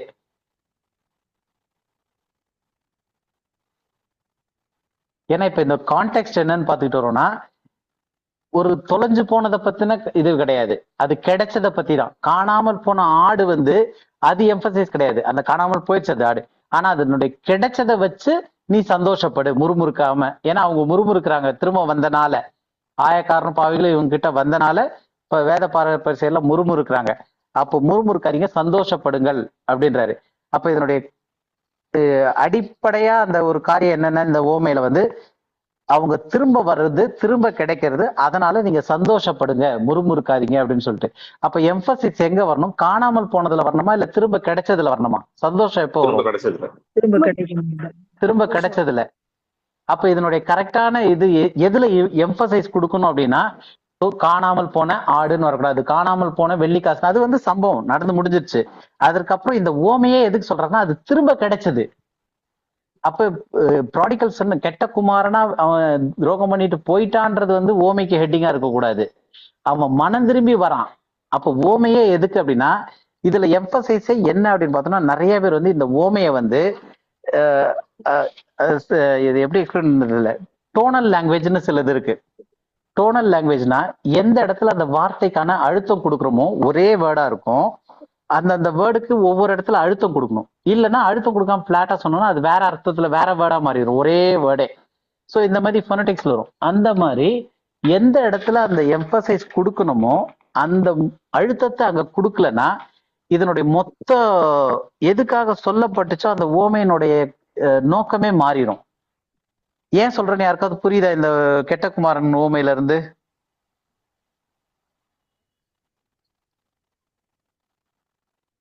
யாருக்காவது தோணுதா எப்படி எம்பசைஸ் மாறுதுன்ட்டுன்னு? புரியுது புரியுது. ஆக்சுவலா இப்ப நம்ம வந்து பொதுவா இது எப்படி சொல்றோம்னா, பொதுவா வந்து இந்த கெட்ட குமாரனுடைய ஓமையை எடுத்து ஒருத்தர் பிரசங்கிக்கிறோம் அப்படின்னா அதனுடைய முக்கியத்துவம் எதுக்கு கொடுக்கணும் அப்படின்னா, அவன் மனம் திரும்பி வந்து திரும்ப வந்துட்டான், ஆனா தம்பிக்காரன் அந்த இன்னொருத்தன் கூட இருந்தவன் வந்து முறுமுறுக்கிறான், நீ முறுமுறுக்காத, சந்தோஷமா ஏத்துக்கணும். அப்ப இந்த கெட்ட குமாரன் கதையா இருக்கட்டும், இந்த இது எல்லாமே வந்து எதை பத்தினது அப்படின்னா, அந்த இன்னொருத்த முறுமுறுக்கிறவன் இருக்கான் இல்லையா, அவனுடைய கூட பிறந்தவன், அவனுக்கு தான் இந்த ஓமையே. நம்ம என்ன பண்ணிட்டோம், மாத்திட்டு இந்த எம்பசைஸை வந்து கெட்ட குமாரனுக்கு அவன் போனான், ரைட், அவன் வெளியே போனான், பண்ணி தவறி, இதெல்லாம் வந்து அதனுடைய அவன் எந்த அளவுக்கு பாதிக்கப்பட்டு எப்படி கஷ்டப்பட்டிருக்கான் அப்படின்றத, அது வந்து ஆயக்காரரும் பாவிகளும் எப்படிப்பட்ட நிலைமையில இருக்கிறாங்க, எப்படி போயிட்டாங்கன்றத சொல்றது. ஆனா இந்த ஓமைகளுடைய சீரீஸ்னுடைய இந்த தொடர் ஓமைகளுடைய நோக்கமே என்னவா இருக்கு அப்படின்னா, அப்படிப்பட்டவங்க திரும்பி வரும்போது ஏற்கனவே வீட்டுக்குள்ள இருக்கிற நீ பரிசேயரும் வேத பாரகம் முறுமுறுக்காத, சந்தோஷத்தோட அவங்கள ஏத்துக்கோன்றதுதான் இதனுடைய எம்பசைஸ். அதுதான் முக்கியத்துவம். நம்ம இந்த ஓமை சொல்லும் போது அதை விட்டுறது எங்க வரைக்கும் வரும் அப்படின்னா, இந்த ஓமை வந்து இவன் பண்ணி தவிட தின்ன போனா, இதை பண்ணா, எல்லாம் இது பண்ணா, திரும்ப மனம் திரும்பி அந்த இடத்துல அவனுக்கு மனம் திரும்புதல் வந்த பிறகுதான் அவன் வந்தான், அப்பா ஓடி வந்து கட்டி பிடிச்சாரு அப்படின்னு சொல்லிட்டு இவ்வளவுதான் இந்த ஓமையில மேக்சிமம் கொண்டு வந்து நிறுத்திடுவாங்க. மிஞ்சி போனா கூட அந்த கூட பிறந்த வந்து முறுமுறுத்தான் ஒரு வார்த்தை, அவ்வளவுதான். அப்ப இந்த எம்பசைஸே எது, இந்த முக்கியத்துவம் எது அப்படின்னு பார்த்தோம்னா, அந்த இன்னொரு பகுதி, இன்னொரு ஆளுக்காக தான் இந்த ஓமையை தவிர, இந்த கெட்ட குமாரன் போனானே அவனுக்கான ஓமை கிடையாது. இது ஏற்கனவே வீட்டுல ஒருத்தன் இருக்கானே, அவங்க அது கிடைச்ச பிறகு சந்தோஷப்படாம இருக்கான், முறுமுறுக்கான், அவனுக்கான ஓமை தான் இது. புரியுது இல்லையா நான் என்ன சொல்ல வரேன்றது? எதுல அந்த அழுத்தம் இருக்குன்றது இந்த ஓமையில. ஓகே, இப்ப நம்ம இந்த ஓமையில இருந்து ஒரு 2-3 வசனம் மட்டும் படிச்சிடலாம். லூக்கா 15:11. பின்னும் அவர் சொன்னது, ஒரு மனுஷனுக்கு 2 குமாரர் இருந்தார்கள். ம், போதும். ஒரு மனுஷன் அப்படின்னு வரும்போது இது வந்து ஒரு ஓமை, யாருமே வந்து குறிப்பிடவே இல்லை, ஜெனரலைஸ்டு ஒரு ஓமையை சொல்லிட்டு வராரு. அடுத்தது 17வது வசனம் படிங்க. அதுலயே அவனுக்கு புத்தி தெளிந்த போது அவன், என் தகப்பனுடைய கூலிக்காக எத்தனையோ பேருக்கு பூர்த்தியான சாப்பாடு இருக்கிறது, நானும் பசியினால் சாகிறேன். ம் அப்படின்னு சொல்லிட்டு இப்ப இது எப்படி வருதுன்னா, இந்த ஆயக்காரரும் பாவிகளும் வந்து இயேசு கிறிஸ்துவனால ஈர்க்கப்பட்டு திரும்பி வராங்க இல்லையா, அந்த மாதிரி. ஏன்னா ஆயக்காரரும் பாவிகளும் வந்து புறஜாதிகள் கிடையாது, யூதர்கள் தான். ஆனா நியாயப்பிரமாணத்தை கடைபிடிக்காம அவங்களுடைய வாழ்க்கை இதெல்லாம் அந்த இது நெறிப்படி இல்லாம அவங்க போனனால பரிசேயரால அவங்க ஒதுக்கி வைக்கப்பட்டுட்டாங்க. இப்ப இயேசு கிறிஸ்து வந்தோடனே பரிசேயரால பாவிகள் ஆயக்காரர்கள் அழைக்கப்பட்டவங்க திரும்ப உள்ள வராங்க. அந்த மாதிரியான ஒரு சூழ்நிலை. அடுத்து 20வது வசனம் படிங்க. எழுந்து புறப்பட்டு தன் தகப்பனிடத்தில் வந்தான். அவன் தூரத்தில் வரும்போதே அவனுடைய தகப்பன் அவனை கண்டு மனதுருகி ஓடி அவன் கழுத்தை கட்டிக்கொண்டு அவனை முத்தம் செய்தான். சோ இப்ப இதெல்லாமே வந்து ஜெனரலா சொல்றதுதான். இப்ப இந்த ஓமையினுடைய முக்கியமான கரு வந்து இந்த போக்கஸ், இவன் எப்படி வந்தான், இவர் எப்படி இது பண்ணாரு, இதெல்லாம் ஒரு இப்ப எப்படி இது எல்லாம் எங்க லிங்க் பண்ணி எடுத்துட்டு வர்றோம்னா, இப்போ ஐஸ்வர்யான் லாசரு அந்த ஓமை இருக்கு, அதுல வந்து ஒரு கதை வருது. அந்த கதையில நெருப்பு எரிஞ்சுக்கிட்டு இருந்துச்சுன்னு இருக்கு. நெருப்பு எரிஞ்சதுல வந்து வாய் தாக எடுத்துக்கிட்டு இருந்துச்சு. ஒரு விரலினுடைய ஒரு நுனியில ஒரு சொட்டு தண்ணி எடுத்து நாக்குல வச்சா எனக்கு நலமா இருக்குமே அப்படின்னு சொல்லிட்டு நிறைய பிரேக் ஆஃப் டீடைல்ஸ்ன்னு சொல்லுவாங்க இல்லையா, அந்த மாதிரி நிறைய காரியங்கள் அந்த ஓமைக்குள்ள வராரு. ஆனா அது மொத்தமே ஓமை.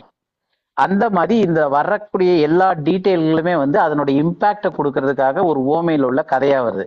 ஆனா எதுக்கு இந்த ஓமை சொல்லப்பட்டிருக்கு, இதனுடைய பொருள், மொத்த பொருள், மைய பொருள் எதுனவா இருக்கு அப்படின்னு பார்த்தோம்னா 23, 24வது வசனம் படிங்க. கொழுத்த கன்றை கொண்டு வந்து அடியுங்கள், நாம் புசித்து சந்தோஷமாய் இருப்போம். என் குமாரனாகிய இவன் மரித்தான், திரும்பவும் உயிர்த்தான், காணாமற் போனான், திரும்பவும் காணப்பட்டான் என்றான். அப்படியே அவர்கள் சந்தோஷப்பட தொடங்கினார்கள். அப்ப இங்கேயும் முக்கியமான எம்பசைஸ் என்னது, சந்தோஷப்படுங்கள். ஏன்னா அவன் போயிட்டான், எல்லாம் அழிச்சிட்டு போனான், கஷ்டப்பட்டான், திரும்ப இன்னைக்கு வந்துட்டான். வந்தனால உள்ள இருக்கிறவங்க சந்தோஷப்படுங்கள் அப்படின்றாரு. சந்தோஷப்பட தொடங்கினார்கள் அப்படின்னு சொல்லிட்டு அதுலயே 32வது வசனம் பாருங்க. உன் சகோதரனாகிய இவனோ மரித்தான், திரும்பவும் உயிர்த்தான், காணாமல் போனான், திரும்பவும் காணப்பட்டான், ஆனபடியினாலே நாம் சந்தோஷப்பட்டு மகிழ்ச்சியா இருக்க வேண்டுமே என்று சொன்னான் என்றார். அப்ப இதுதான் இந்த ஓமைக்கான டோட்டல் எம்பசைஸ். அந்த உன் சகோதரன் இவனோ மரித்தான், திரும்பவும் உயிர்த்தான், காணாமல் போனான், திரும்பவும் காணப்பட்டான், ஆனபடினாலே நாம் சந்தோஷப்பட்டு மகிழ்ச்சியா இருக்க வேண்டுமே அப்படின்னு ஆதங்கத்துல. ஏன்னா அவன் வந்து முறுமுறுக்கிறான். இப்ப இந்த முறுமுறுக்கிறது, இப்ப இதை மட்டும் தனியா இந்த ஓமையை எடுத்தோம் அப்படின்னா, இது வந்து கெட்ட குமாரன் போயிட்டு அவன் இது பண்ணி மனம் திரும்பி வந்தான், அப்பா சேர்த்துக்கிட்டாரு, இவ்வளவுதான் அதனுடைய மொத்த கருத்தா இருக்கும். ஆனா இந்த கருத்தை சொல்றதுக்காக சொல்லப்பட்ட ஓமை இது கிடையாது. அப்ப இந்த ஓமை எங்க ஆரம்பிச்சதுன்னு பார்த்தாதான் எதுக்காக இந்த கதையை சொல்றாரு, இந்த கருத்து எதுக்கு வந்துச்சு அப்படின்றது தெரியும். அப்ப இந்த ஓமையை ஆரம்பிக்கும் போதே எப்படி சொல்றாரு, இவங்க முறுமுறுக்கிறாங்க. யாரு, ஆயக்காரரும் ஆயக்காரரும் பாவிகளும் இயேசு கிறிஸ்துவ கிட்ட திரும்ப வர்றதுனால, அதாவது திரும்ப அவங்க ரிலீஜியஸா உள்ள வர்றனால, சிறுமந்தையில சேர்றதுனால இவங்க முறுமுறுக்கிறாங்க. ஏன்னா ஏற்கனவே இவங்க உள்ள எஸ்டாப்ளிஷ்டா இருக்கிறாங்க. இவன் போயிட்டான்ல, அதோட போக வேண்டியதானே, திரும்ப ஏன் இவன் வராங்க இவங்கெல்லாம் அப்படின்னு சொல்லிட்டு இவங்க முறுமுறுக்க ஆரம்பிக்கிறாங்க. அதுக்கான இதுனா அப்போ 32வது வசனம் தான் இதனுடைய மைய கோர், அந்த அர்த்தம், இந்த இதுக்கான டோட்டல் ஓமைக்கான அர்த்தமே. அப்ப இதுக்குதான் இந்த ஓமையை நம்ம ப்ரீச் பண்றோம் அப்படின்னா இந்த வசனம் தான் இதுல முக்கியமான காரியமா இருக்கு. சந்தோஷப்படணும்னு சொல்லிட்டு உள்ள ஏற்கனவே தன்னுடைய சகோதரனுக்கு இன்ஸ்ட்ரக்ஷன் பண்றது, அதுதான் இதுல முக்கியமானதா இருக்கு. இப்ப நம்ம வந்து இந்த 3 உவமைகளை பார்த்தோம். பரிசேயர்களோடு வேதபாரகரோடு பேசியிருக்காரு இந்த 15வது அதிகாரத்துல. அப்ப இந்த 3 இதனுடைய மொத்த அந்த மைய கருத்து, அந்த தீம் அப்படின்னு சொல்றது என்ன அப்படின்னா, ஒரு பாவி மனம் திரும்புறதுல திரும்ப அவங்க ரிட்டர்ன் வர்றதுனால மிகுந்த சந்தோஷம் உண்டாயிருக்கிறது. அதனால நீங்களும் சந்தோஷப்படுங்கள், அதை குறித்து முறுமுறுக்காதீங்க அப்படின்றதான் இதனுடைய மொத்த கருத்தா இருக்கு. புரியுது இல்லையா? இப்ப நம்ம 2 சாப்டர் முடிச்சிட்டோம். இப்ப ஏறக்குறைய லைனா வந்த இது முடிச்சாச்சு. இப்போ 16வது சாப்டர்ல தான் வந்து இந்த ஐஸ்வர்யான் லாசரு வருது. ஆனா அதை நம்ம இன்னைக்கு டச் பண்ண போறது இல்ல. அதுக்கு முன்னாடி ஒரு ஓமை இருக்கு. இந்த ஓமையும் வந்து பெரும்பாலுமே நான் கேட்ட வரைக்கும் எல்லாருமே தவறாதான் புரிஞ்சுக்கிறாங்க. 2வது ஸ்காலர்ஸ் என்ன சொல்றாங்கன்னா, இருக்கிறதுலே கஷ்டமான உவமைகள்லன்ட்டுன்னு இந்த எப்படி ஐஸ்வர்யவான் லாசர் உவமை வந்து புரிந்து கொள்றதுக்கு நிறைய குழப்பம் இருக்கிற கஷ்டமா இருக்கிற மாதிரி ஒரு உவமை இருக்கு இல்லையா, அதே மாதிரியான உவமை தான் அதுக்கு முந்தின உவமையும். ஸோ இதை புரிஞ்சுக்கும் போது இதுல இருந்தும் சில காரியங்கள் நமக்கு அதை புரிஞ்சுக்கிறதுக்கு தெளிவா இருக்கும். அதனால இதையும் நம்ம இந்த ஒரு உவமையை மட்டும் கொஞ்சம் டீட்டெயில் எடுத்து படிச்சுட்டு இதோட முடிச்சிடலாம். ஸோ 16வது அதிகாரத்துல அந்த எந்த சூழல்ல ஆரம்பிக்குது அப்படின்னு சொல்லிட்டு பார்த்தலாம். ஏன்னா இப்ப இவ்வளவு நேரம் நம்ம 15வது அதிகாரத்துல அந்த உவமையெல்லாம் யாருக்கிட்ட சொல்லிட்டு இருக்காரு?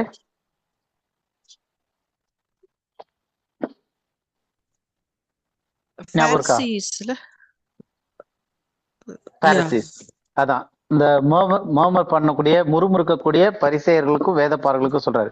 அப்ப நம்ம 14th சாப்டர்ல யாருக்கு ஃபர்ஸ்ட் ஆரம்பிக்குதுன்னா பரிசேயர் ஒருவருடைய வீட்டுல அங்க வந்தவங்க கிட்ட ஃபர்ஸ்ட் உவமையை ஆரம்பிக்கிறாரு. அடுத்தது அந்த பரிசேயருடைய தலைவன் கிட்ட 2வது உவமையை சொல்றாரு. அங்கிருந்து வெளியே கடந்து வரும்போது திரளான ஜனங்கள் கிட்ட 3வதா உவமைகளை பேசுறாரு, திரளான ஜனங்கள் கிட்ட. அடுத்தது அந்த திரளான ஜனங்கள் வந்துகிட்டு இருக்கும் போது அதுல இருக்கக்கூடிய ஆயக்காரரும் பாவிகளும் இயேசு கிறிஸ்து கிட்ட வராங்க. அப்ப வேத பாரகரும் பரிசேயரும் முறுமுறுக்கிறாங்க. அப்ப முறுமுறுக்கும் போது வேத பாரகருக்கும் பரிசேயருக்கும், அதாவது முறுமுறுத்த வேத பாரகருக்கும் பரிசேயருக்கும் லைனா 3 ஓமைகளை சொல்லிட்டு வராரு 15வது அதிகாரத்துல. இப்ப இந்த 15வது அதிகாரத்துல யாருக்கிட்ட முடிக்கிறாரு அப்படின்னா இந்த ஓமைகளை வந்து முறுமுறுத்த வேத பாரர்களுக்கும் பரிசேயர்கள்கிட்டயும் முடிக்கிறாரு. அப்ப இது வரைக்கும் தெளிவா இருக்குல்ல யார் யார்கிட்ட அப்படியே பேசிட்டு வந்திருக்காருன்றது. ஓகே, இப்ப அடுத்தது 16வது அதிகாரத்துல முதல் வசனம் பார்ப்போம். இப்ப யாருக்கிட்ட பேசுறாரு ஓமையில படிங்க 16:1. இன்னும் அவர் தம்முடைய சீஷர்களை நோக்கி, ஐஸ்வர்யவானாகிய ஒரு மனுஷனுக்கு ஒரு உக்கிரானக்காரன் இருந்தான். அவன் தன் எஜமானுடைய ஆஸ்திகளை அழித்து போடுகிறதாக எஜமானுக்கு அறிவிக்கப்பட்டது. இப்ப இந்த ஓமைய வந்து யாருகிட்ட சொல்றாரு? சீஷர்கள் கிட்ட. இது ஓமைதான்றதுக்கு கன்ஃபார்மா என்ன போட்டிருக்கு? ஐஸ்வர்யனாகிய ஒரு மனுஷனுக்கு ஒரு உக்கிரானக்காரன் இருந்தான். அப்ப 2 பேருக்குமே பேர் கிடையாது அங்க. அதனால இது வந்து தெளிவா ஓமைன்னு ஒத்துக்கிறாங்க எல்லாருமே. அப்ப இதை யாருகிட்ட சொல்லிட்டு இருக்காருன்னா இப்பதான் முதலா சீஷர்கள் கிட்ட, ஏன்னா சீஷர்கள்ன்றது அந்த 12 பேர்கிட்ட, அவங்க கிட்ட திருப்புறாரு. ஃபர்ஸ்ட் எல்லாம் சீஷர்கள்கிட்ட இல்ல, வேத பாரர்கள் இந்த பரிசெயர்கள்ட்ட எல்லாம் வந்துச்சு. அப்புறம் திரளான ஜனங்கிட்ட வந்தாரு, திரும்பவும் பரிசெயர் வேத பாரர்கள்ட்ட வந்தாரு. இப்ப அங்கெல்லாம் முடிச்சுட்டு 16வது இதுல வந்து திரும்பி அவருடைய சீஷர்கள் கிட்ட சொல்ல ஆரம்பிக்கிறாரு. அப்ப இந்த ஓமை வந்து சீஷர்கள் கிட்ட ஆரம்பிக்கிறாரு அப்படின்னு சொல்லி பார்த்துட்டோம்.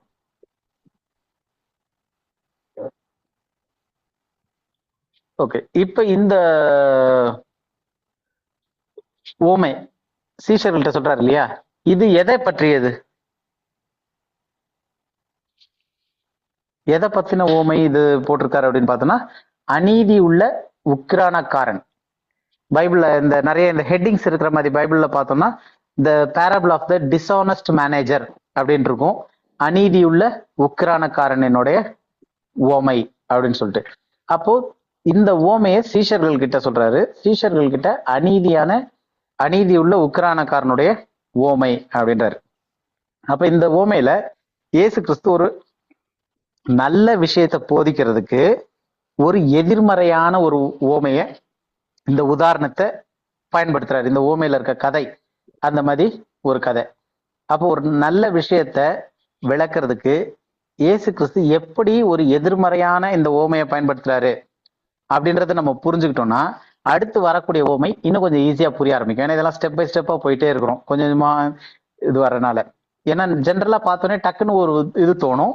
ஆனா அதை டீப்பா உள்ள பார்க்கும்போது அதுல நிறைய விஷயங்கள் புரிஞ்சு பார்க்கும்போது அதுல புரியும், நமக்கு அந்த இதெல்லாம் தெரிய ஆரம்பிக்கும். அப்ப இந்த ஓமை என்ன அப்படின்றத மட்டும் நம்ம டீட்டெயிலா படிச்சிடலாம். இது வந்து ஸ்லைட்ல இருக்கு, ஆனா அப்டேட் ஆகுது லேட்டர்னா கூட யாராவது பைபிள் எடுத்த கூட படிக்கலாம். லூக்கா 16வது அதிகாரத்துல 1-13 டோட்டலா ஒரு வாட்டி அந்த ஓமை என்னன்றதை பார்த்துடலாம். ஏன்னா இது கொஞ்சம் குழப்பமான ஓமை. படிக்கும் போது கவனிச்சுங்க, படிச்ச பிறகு ஒரு சில கேள்விகள்லாம் கேட்டுட்டு நம்ம போவோம். படிங்க யாராவது.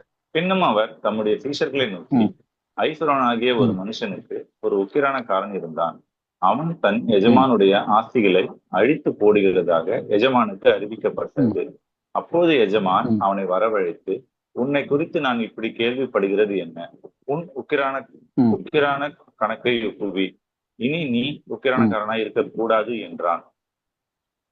ம், அப்பொழுது உக்கிரானக்காரன், நான் என்ன செய்வேன்? என் எஜமான் உக்கிரான விசாரிப்பிலிருந்து என்னை தள்ளி போடுகிறானே. கொத்துகிறதற்கு எனக்கு பலன் ம், இல்லை, இறக்கவும் வெட்கப்படுகிறேன்.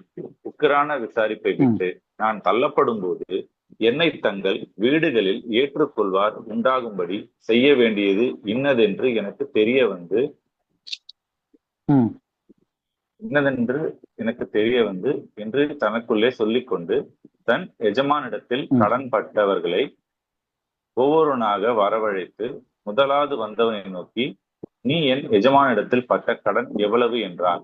அவன் 100 குடம் ம், எண்ணெய் என்றான். அப்பொழுது உக்கிரானக்காரன் அவனை நோக்கி, நீ உன் சீட்டை வாங்கி உட்கார்ந்து 50 என்று சீக்கிரமாய் எழுது என்றான். பின்பு அவன் வேறொருவனை ம், நோக்கி, நீ பட்ட கடன் எவ்வளவு என்றான். அவன் 100 கலம் கோதுமை என்றான். அப்போது அவன், நீ உன் சீட்டை வாங்கி 80 என்று எழுது என்றான். அநீதி உள்ள உக்கிரானக்காரன் ம், புத்தியாய் செய்தான் என்று எஜமான் கண்டு அவனை மெச்சிக்கொண்டான். இவ்விதமாய் ஒளியின் பிள்ளைகளை ம், பார்க்கிலும் இந்த பிரபஞ்சத்தின் பிள்ளைகள் தங்கள் சந்ததியில் அதிக புத்திமான்களாய் இருக்கிறார்கள். நான் உங்களுக்கு சொல்லுகிறேன், ம், நீங்கள் மாளும்போது உங்களை நித்தியமான வீடுகளிலே ஏற்றுக்கொள்வார் உண்டாகும்படி அநீதியான உலக பொருளால் உங்களுக்கு சிநேகிதரை சம்பாதியுங்கள். கொஞ்சத்திலே உண்மை உள்ளவன் அநேகத்திலும் உண்மை உள்ளவனாய் இருக்கிறான்.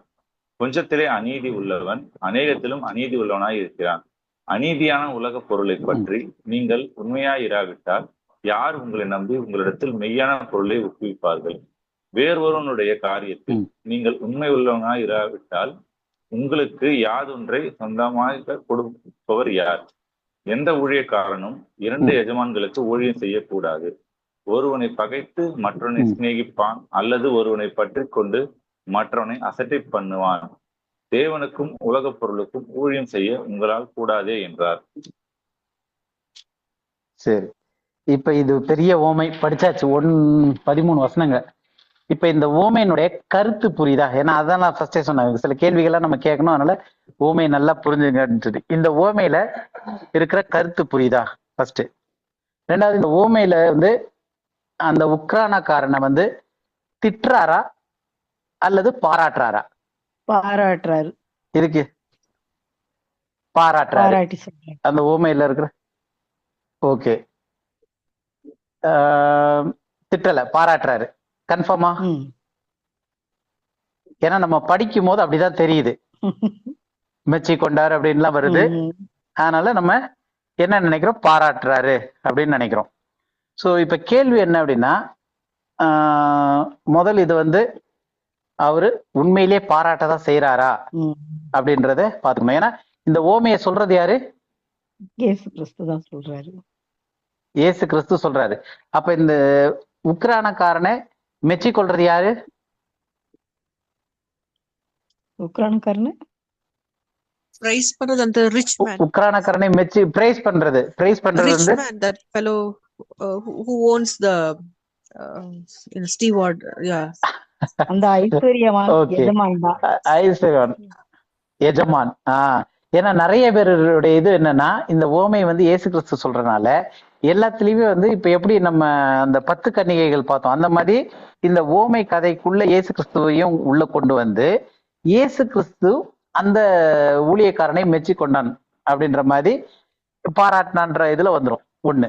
அது நம்ம டீட்டெயிலா கொஞ்சம் பார்ப்போம். இப்ப இந்த ஓமையில வந்து அந்த உக்ரானக்காரனை திட்டினாரா அல்லது பாராட்டினாரா அப்படின்னு கேட்டா அது கேள்விக்குறி. அது நம்ம இப்ப படிக்க போறோம். ஏன்னா ஜென்ரலா பார்க்கும்போது அதை வந்து அவர் பாராட்டினாரு அப்படின்னு வந்துரும். ஆனா இதுல நிறைய, அதுக்குதான் சொல்றது, இது வந்து ஒரு எதிர்மறையான ஒரு கதையை வச்சு இயேசு கிறிஸ்து சில நல்ல காரியங்களை சொல்றதுக்கும் சில கெட்ட காரியங்களை சொல்றதுக்கும் பயன்படுத்துறாரு. அப்போ ஒரு ஓமையை எப்படி பிரிச்சு பார்க்கலாம் அப்படின்றதுக்கு ஒரு உதாரணமாவே இந்த ஓமை இருக்கும்.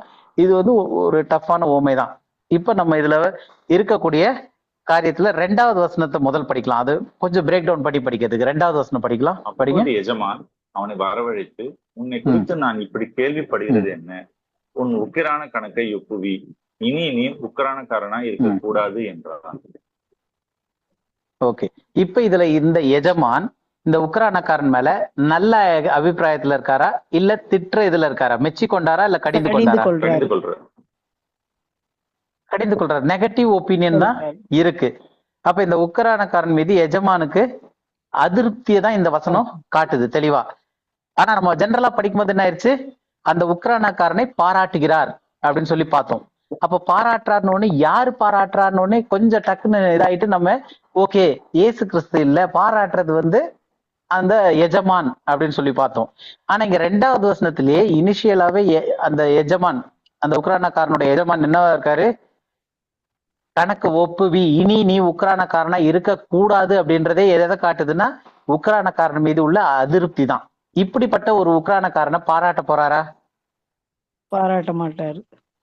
பாராட்ட மாட்டாரு, நிச்சயமா கிடையாது.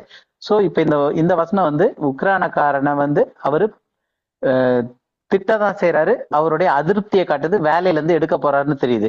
இப்ப அடுத்தது 4வது வசனம் படிங்க. உக்ரான விசாரிப்பை விட்டு நான் தள்ளப்படும் போது என்னை தங்கள் வீடுகளில் ஏற்றுக்கொள்வார் உண்டாகும்படி செய்ய வேண்டியது என்னதென்று எனக்கு தெரிய வந்தது என்று தனக்குள்ளே சொல்லிக்கொண்டு. ஓகே, இப்ப இவன் வந்து கன்ஃபார்மா எஜமான் வந்து நம்மள வேலையில இருந்து தூக்க போறாருன்னு தெரிஞ்சிருச்சு. ஏன்னா அவர் வந்து திரும்ப திருப்தியாகி இவரை பாராட்டி திரும்ப வேலைக்கு எடுத்துக்குவார்ன்ற கான்செப்டுக்கு இவனுமே போகல. அப்ப இவனுக்குமே வந்து நிச்சயமா தெரிஞ்சிருச்சு நம்மள வேலையில இருந்து தூக்க போறாங்கன்னு. அப்ப வேலையில இருந்து தூக்க போறாங்கன்னு தெரிஞ்ச உடனே இந்த உக்ரானக்காரன் ஒரு தந்திரமான யோசனை ஒண்ணு வருது. என்ன யோசனை வருது அப்படின்றதுதான் அடுத்து வரக்கூடியது. அப்ப ஃபர்ஸ்ட் விஷயம், இந்த உக்ரானக்காரன் மீது எஜமானுக்கு அதிருப்தி ஆயிடுச்சு. எஜமான் வேலையில இருந்து தூக்க போறாரு. வேலையில இருந்து தூக்குனா நான் எங்க போவேன், வீட்டு தங்குறது எங்க, எனக்கு சோத்துக்கு என்ன பண்ணுவேன் அப்படின்ற அடுத்த சிக்கல் இவருக்கு தோணுது. தோணுன உடனே அதுக்கு ஒரு ஐடியா கிரியேட் ஆகுது. அதுவும் ஒரு தந்திரமான ஐடியா. அது என்ன அப்படின்னு பார்த்தோம்னா 5ல இருந்து இருக்கக்கூடிய வசனம் 5, 6 அந்த தந்திரமான ஐடியா தான் வருது. 5, 6 படிங்க. இப்ப தன் எஜமானிடத்தில் கடன்பட்டவர்களை ஒவ்வொருவனாக வரவழைத்து முதலாவது வந்தவனை நோக்கி, நீ என் எஜமானிடத்தில் பட்ட கடன் எவ்வளவு என்றான். அவன் 100 குடம் எண்ணெய் என்றான். அப்பொழுது உக்ரானக்காரன் அவனை நோக்கி, நீ உன் சீட்டை வாங்கி உட்கார்ந்து 50 என்று சீக்கிரமாய் எழுது என்றான். இது வந்து நல்ல காரியமா கெட்ட காரியமா? தப்பான கெட்ட விஷயம். காரியம். கெட்ட காரியம், தப்பானது. அதாவது ஒரு ஃப்ராட் வேலை செய்யறான். இது வந்து யாருக்கு சாதகமானது, யாருக்கு பாதகமானது? உக்ரானக்காரனுக்கு சாதகம், எஜமானுக்கு பாதகம். பாதகம். உக்ரானக்காரனுக்கு மட்டும் சாதகம் கிடையாது, அங்கதான் இருக்கு அவனுடைய தந்திரமான யோசனை. என்னது, என்ன வேலையில இருந்து தூக்கிட்ட பிறகு நான் யார் வீட்டுல போய் சோறு திங்கிறது, எனக்கு வீடு கிடையாது, ஒண்ணு கிடையாது, எனக்கு வழி இல்ல, எனக்கு வருமானம் வராது. அப்ப கடன் வாங்கினவன் கிட்ட 100 கடன் பட்டிருக்கான் அப்படின்னும் போது, இந்தாப்பா உனக்கு நான் இருக்கும் போது 50 மாத்தி கொடுத்துறேன், சீட்ல எழுது, கடற்கடன் 50 எழுது அப்படின்னும் போது அவனுக்கு 50 கம்மி பண்ணிடுறான் வாங்கின கடன்ல. அப்ப இது யாருக்கும் ஆதாயம் ஆயிருது? கடன் வாங்கினவனுக்கும். கடன் வாங்கினவனுக்கு ஆதாயம், கடன் வாங்கினவனுக்கு ஆதாயம். இப்ப இதே காரியத்தை அடுத்தது 7வது வசனத்திலயும் இன்னொரு இது வருது. படிங்க 7. பின்பு அவன் வேறொருவனை நோக்கி, நீ பட்ட கடன் எவ்வளவு என்றான். அவன் 100 கலம் கோதுமை என்றான். அப்போது அவன், நீ உன் சீட்டை வாங்கி 80 என்று எழுது என்றான். ஓகே, அப்போ இங்கேயும் வந்து சீட்டை வாங்கி கம்மி பண்ணி எழுதி தரான். அப்ப இதுவும் வந்து கடன் பட்டவனுக்கு லாபம் பண்ணி தரான். ஏன் லாபம் பண்றான்றதுதான் நம்ம முன்னாடி 4வது வசனத்துல பார்த்தோம். அவனுக்கு ஒரு ஐடியா வந்துச்சு. என்ன ஐடியா? தங்கள் வீடுகளில் ஏற்றுக்கொள்வார் உண்டாகும்படிக்கு செய்ய வேண்டியது இன்னதென்று எனக்கு தெரிய வந்தது அப்படின்னு கண்டுபிடிக்கிறான். ஒரு ஐடியா வந்தோடனே, ஒரு தந்திரமான ஐடியா. அந்த ஐடியா என்னது, யாரெல்லாம் கடன் பட்டானோ அவனுக்கு சீட்டை வாங்கி கடனை கம்மி பண்ணி எழுதி கொடுத்துட்டா அவனுக்கு லாபம் ஆயிருது. எப்படியும் இவன் என்ன வேலையில இருந்து தூக்க போறான் எஜமான். அதனால அவருக்கு இன்னும் ஏற்கனவே அவருக்கு துரோகம் பண்ணி தான் வேலையில இருந்து தூக்க போறாங்க. அப்ப இந்த மாதிரியான சூழ்நிலையில இது வரைக்கும் 7வது வசனம் படிச்சோம் இல்லையா, இந்த 7வது வசனம் படிச்சாச்சு. இது வரைக்கும் அந்த உக்ரானக்காரன் செய்த நல்ல காரியங்கள் ஏதாவது இருக்கா? அவனை மெச்சிக்கொள்ளத்தக்கதாக இல்ல. இல்ல. அப்ப டோட்டலா அவன் வந்து குரூக்கட்னஸும் கன்னிங்னஸும் சேர்ந்து இந்த மாதிரியான ஒரு காரியத்தை செஞ்சுக்கிட்டு இருக்கான். ஆனா இதுல வந்து நிறைய பேர் வந்து இதை தவறா புரிஞ்சுக்கிட்டு இதுக்கு ஒரு வியாக்கியானமும் சொல்றாங்க, இதுக்கு ஒரு உபதேசம் தராங்க. எப்படின்னா, அவன் வந்து 2 பேருக்குமே நன்மை செய்தான் 2 பேருக்குமே யாருக்குன்னா எஜமானுக்கும் நன்மை செய்தான், இந்த கடன்பட்டவர்களுக்கும் நன்மை செய்தான் அப்படின்னு சொல்லிட்டு சிலர் சொல்றாங்க. அது எப்படின்னு நம்ம பார்ப்போம், அது தவறுன்னு பார்ப்போம்.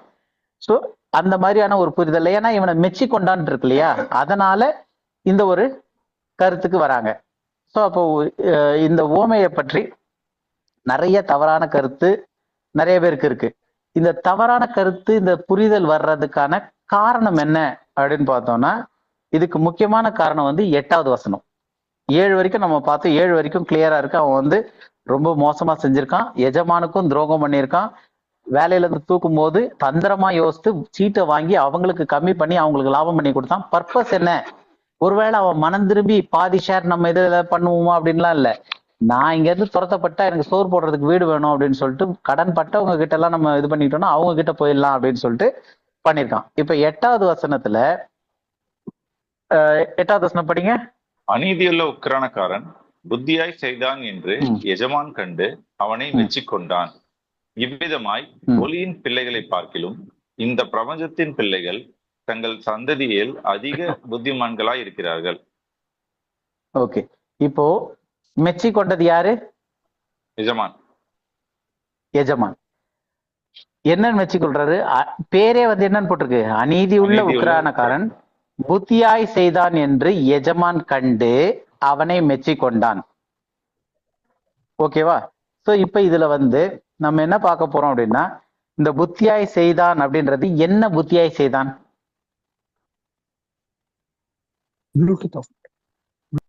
அவன் செஞ்ச புத்தியான காரியம் என்னது?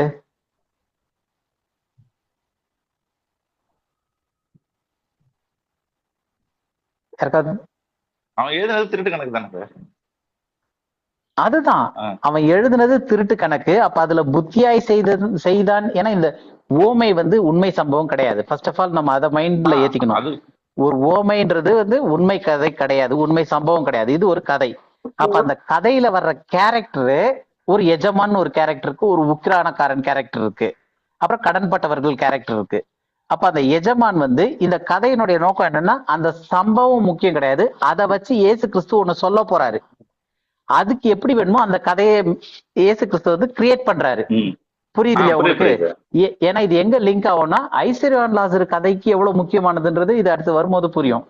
அப்போ இந்த எஜமான்றதும் ஒரு கற்பனை கதாபாத்திரம், இதுல இந்த உக்ரானக்காரன் ஒரு கற்பனை கதாபாத்திரம், கடன்பட்டவர்கள் ஒரு கற்பனை கதாபாத்திரம். அந்த கதாபாத்திரத்திற்கான அந்த ஸ்கிரீன் பிளே, டைரக்ஷன், ரைட்டிங் எல்லாம் சொல்லுவாங்க இல்லையா ஒரு இதுல, அந்த மாதிரி அந்த ஸ்கிரீன் பிளே, டைரக்ஷன், ரைட்டிங் யாருடையதுன்னா இயேசு கிறிஸ்துடையது. அவர் இந்த கதையை உருவாக்கி, இந்த கதையை சீஷர்கள் கிட்ட ஒரு விஷயத்தை புரிய வைக்கிறதுக்காக உருவாக்கப்பட்ட ஒரு செயற்கை கதை தான் இது, இந்த ஓமை. ஏன்னா ஓமைன்றதே வந்து ஒரு புரியறதுக்காக சொல்லப்படுற ஒரு செயற்கை கதை தான் வந்து ஓமைகள்ன்றதே. சில இது வந்து சம்பவங்கள்ல இருந்து எடுத்து சொல்லலாம், சில இது இந்த மாதிரி. அப்போ அப்படி பார்க்கும்போது இது எல்லாமே வந்து உருவாக்கப்பட்ட கேரக்டர்கள். அந்த கதையில கதையினுடைய நரேஷன் யார் சொல்லிக்கிட்டு இருக்கா? இயேசு கிறிஸ்து சொல்லிக்கிட்டு இருக்காரு. அப்ப அந்த கேரக்டர்ல இயேசு கிறிஸ்துக்கு தேவையான சில காரியங்கள் இருக்கு, அதை இந்த கேரக்டர் செய்யற மாதிரி இவர் சொல்றாரு. என்ன சொல்றாரு? இவர் எஜமான் வந்து புத்தியாய் செய்தான் என்று கண்டு அவனை மெச்சி கொண்டான். அவன் செஞ்ச புத்தியான காரியம் என்ன அப்படின்னு பார்த்தோம்னா, இது வரைக்கும் செஞ்சதுல எல்லாமே கல்பிரேட், ஒரே ஒரு புத்தி தான் செஞ்சிருக்கான். நிறைய பேர் வந்து இந்த புத்தியாய் செய்தான்னு சொன்னோடனே அதை இயேசு கிறிஸ்துவாவே நினைச்சுக்கிறாங்க, அது தப்பு. அப்ப இந்த புத்தியாய் செய்தான் அப்படின்னு சொல்லும் போது என்ன புத்தியாய் செய்தான் அப்படின்னு பார்க்கும்போது, நம்மள வேலையில இருந்து தூக்கிட்டாங்கன்னா நமக்கு போறதுக்கு ஒரு இடம் வேணும் அப்படின்னு சொல்லிட்டு தந்திரமா யோசித்தான். இப்ப திரும்ப அந்த வசனம் இருந்துச்சுன்னா 4வது வசனம் இன்னொரு வாட்டி படிங்க.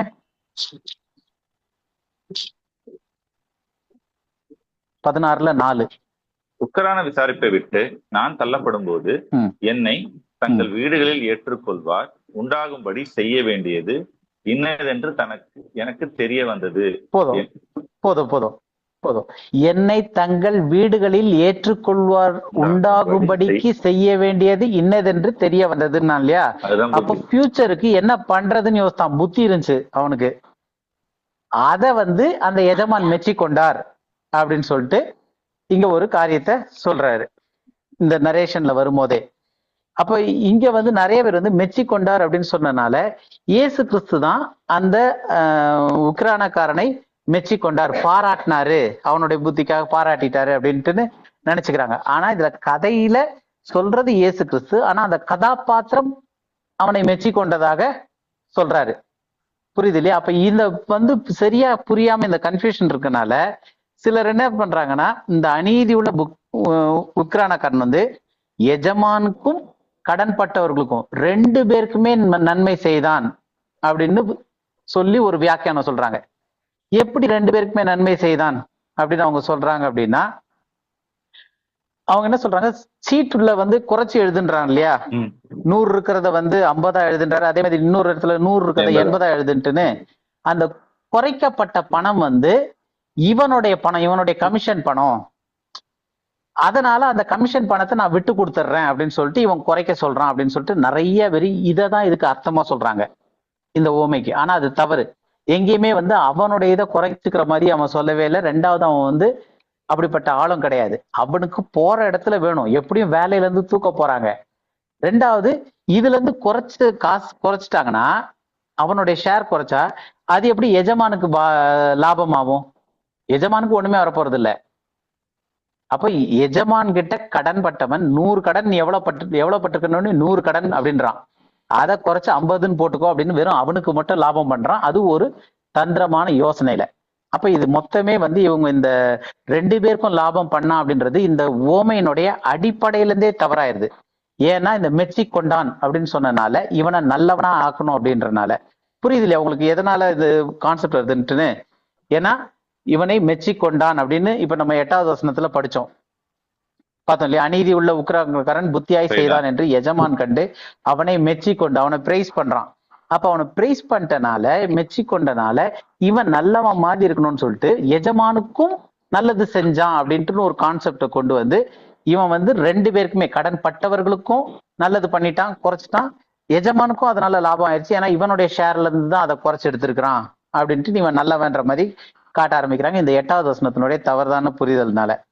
அப்போ இது வந்து ஒரு தவறான ஒரு மிஸ் இன்டர்பிரேஷன் தான். அப்ப இந்த சீட்ல குறைச்ச அவனுடைய பணம் அது வந்து அவனுடைய பங்கு கிடையாது, அது எஜமான்களுக்கோ இல்ல கடன்பட்டவர்களுக்கோ வந்து அது இது கிடையாது.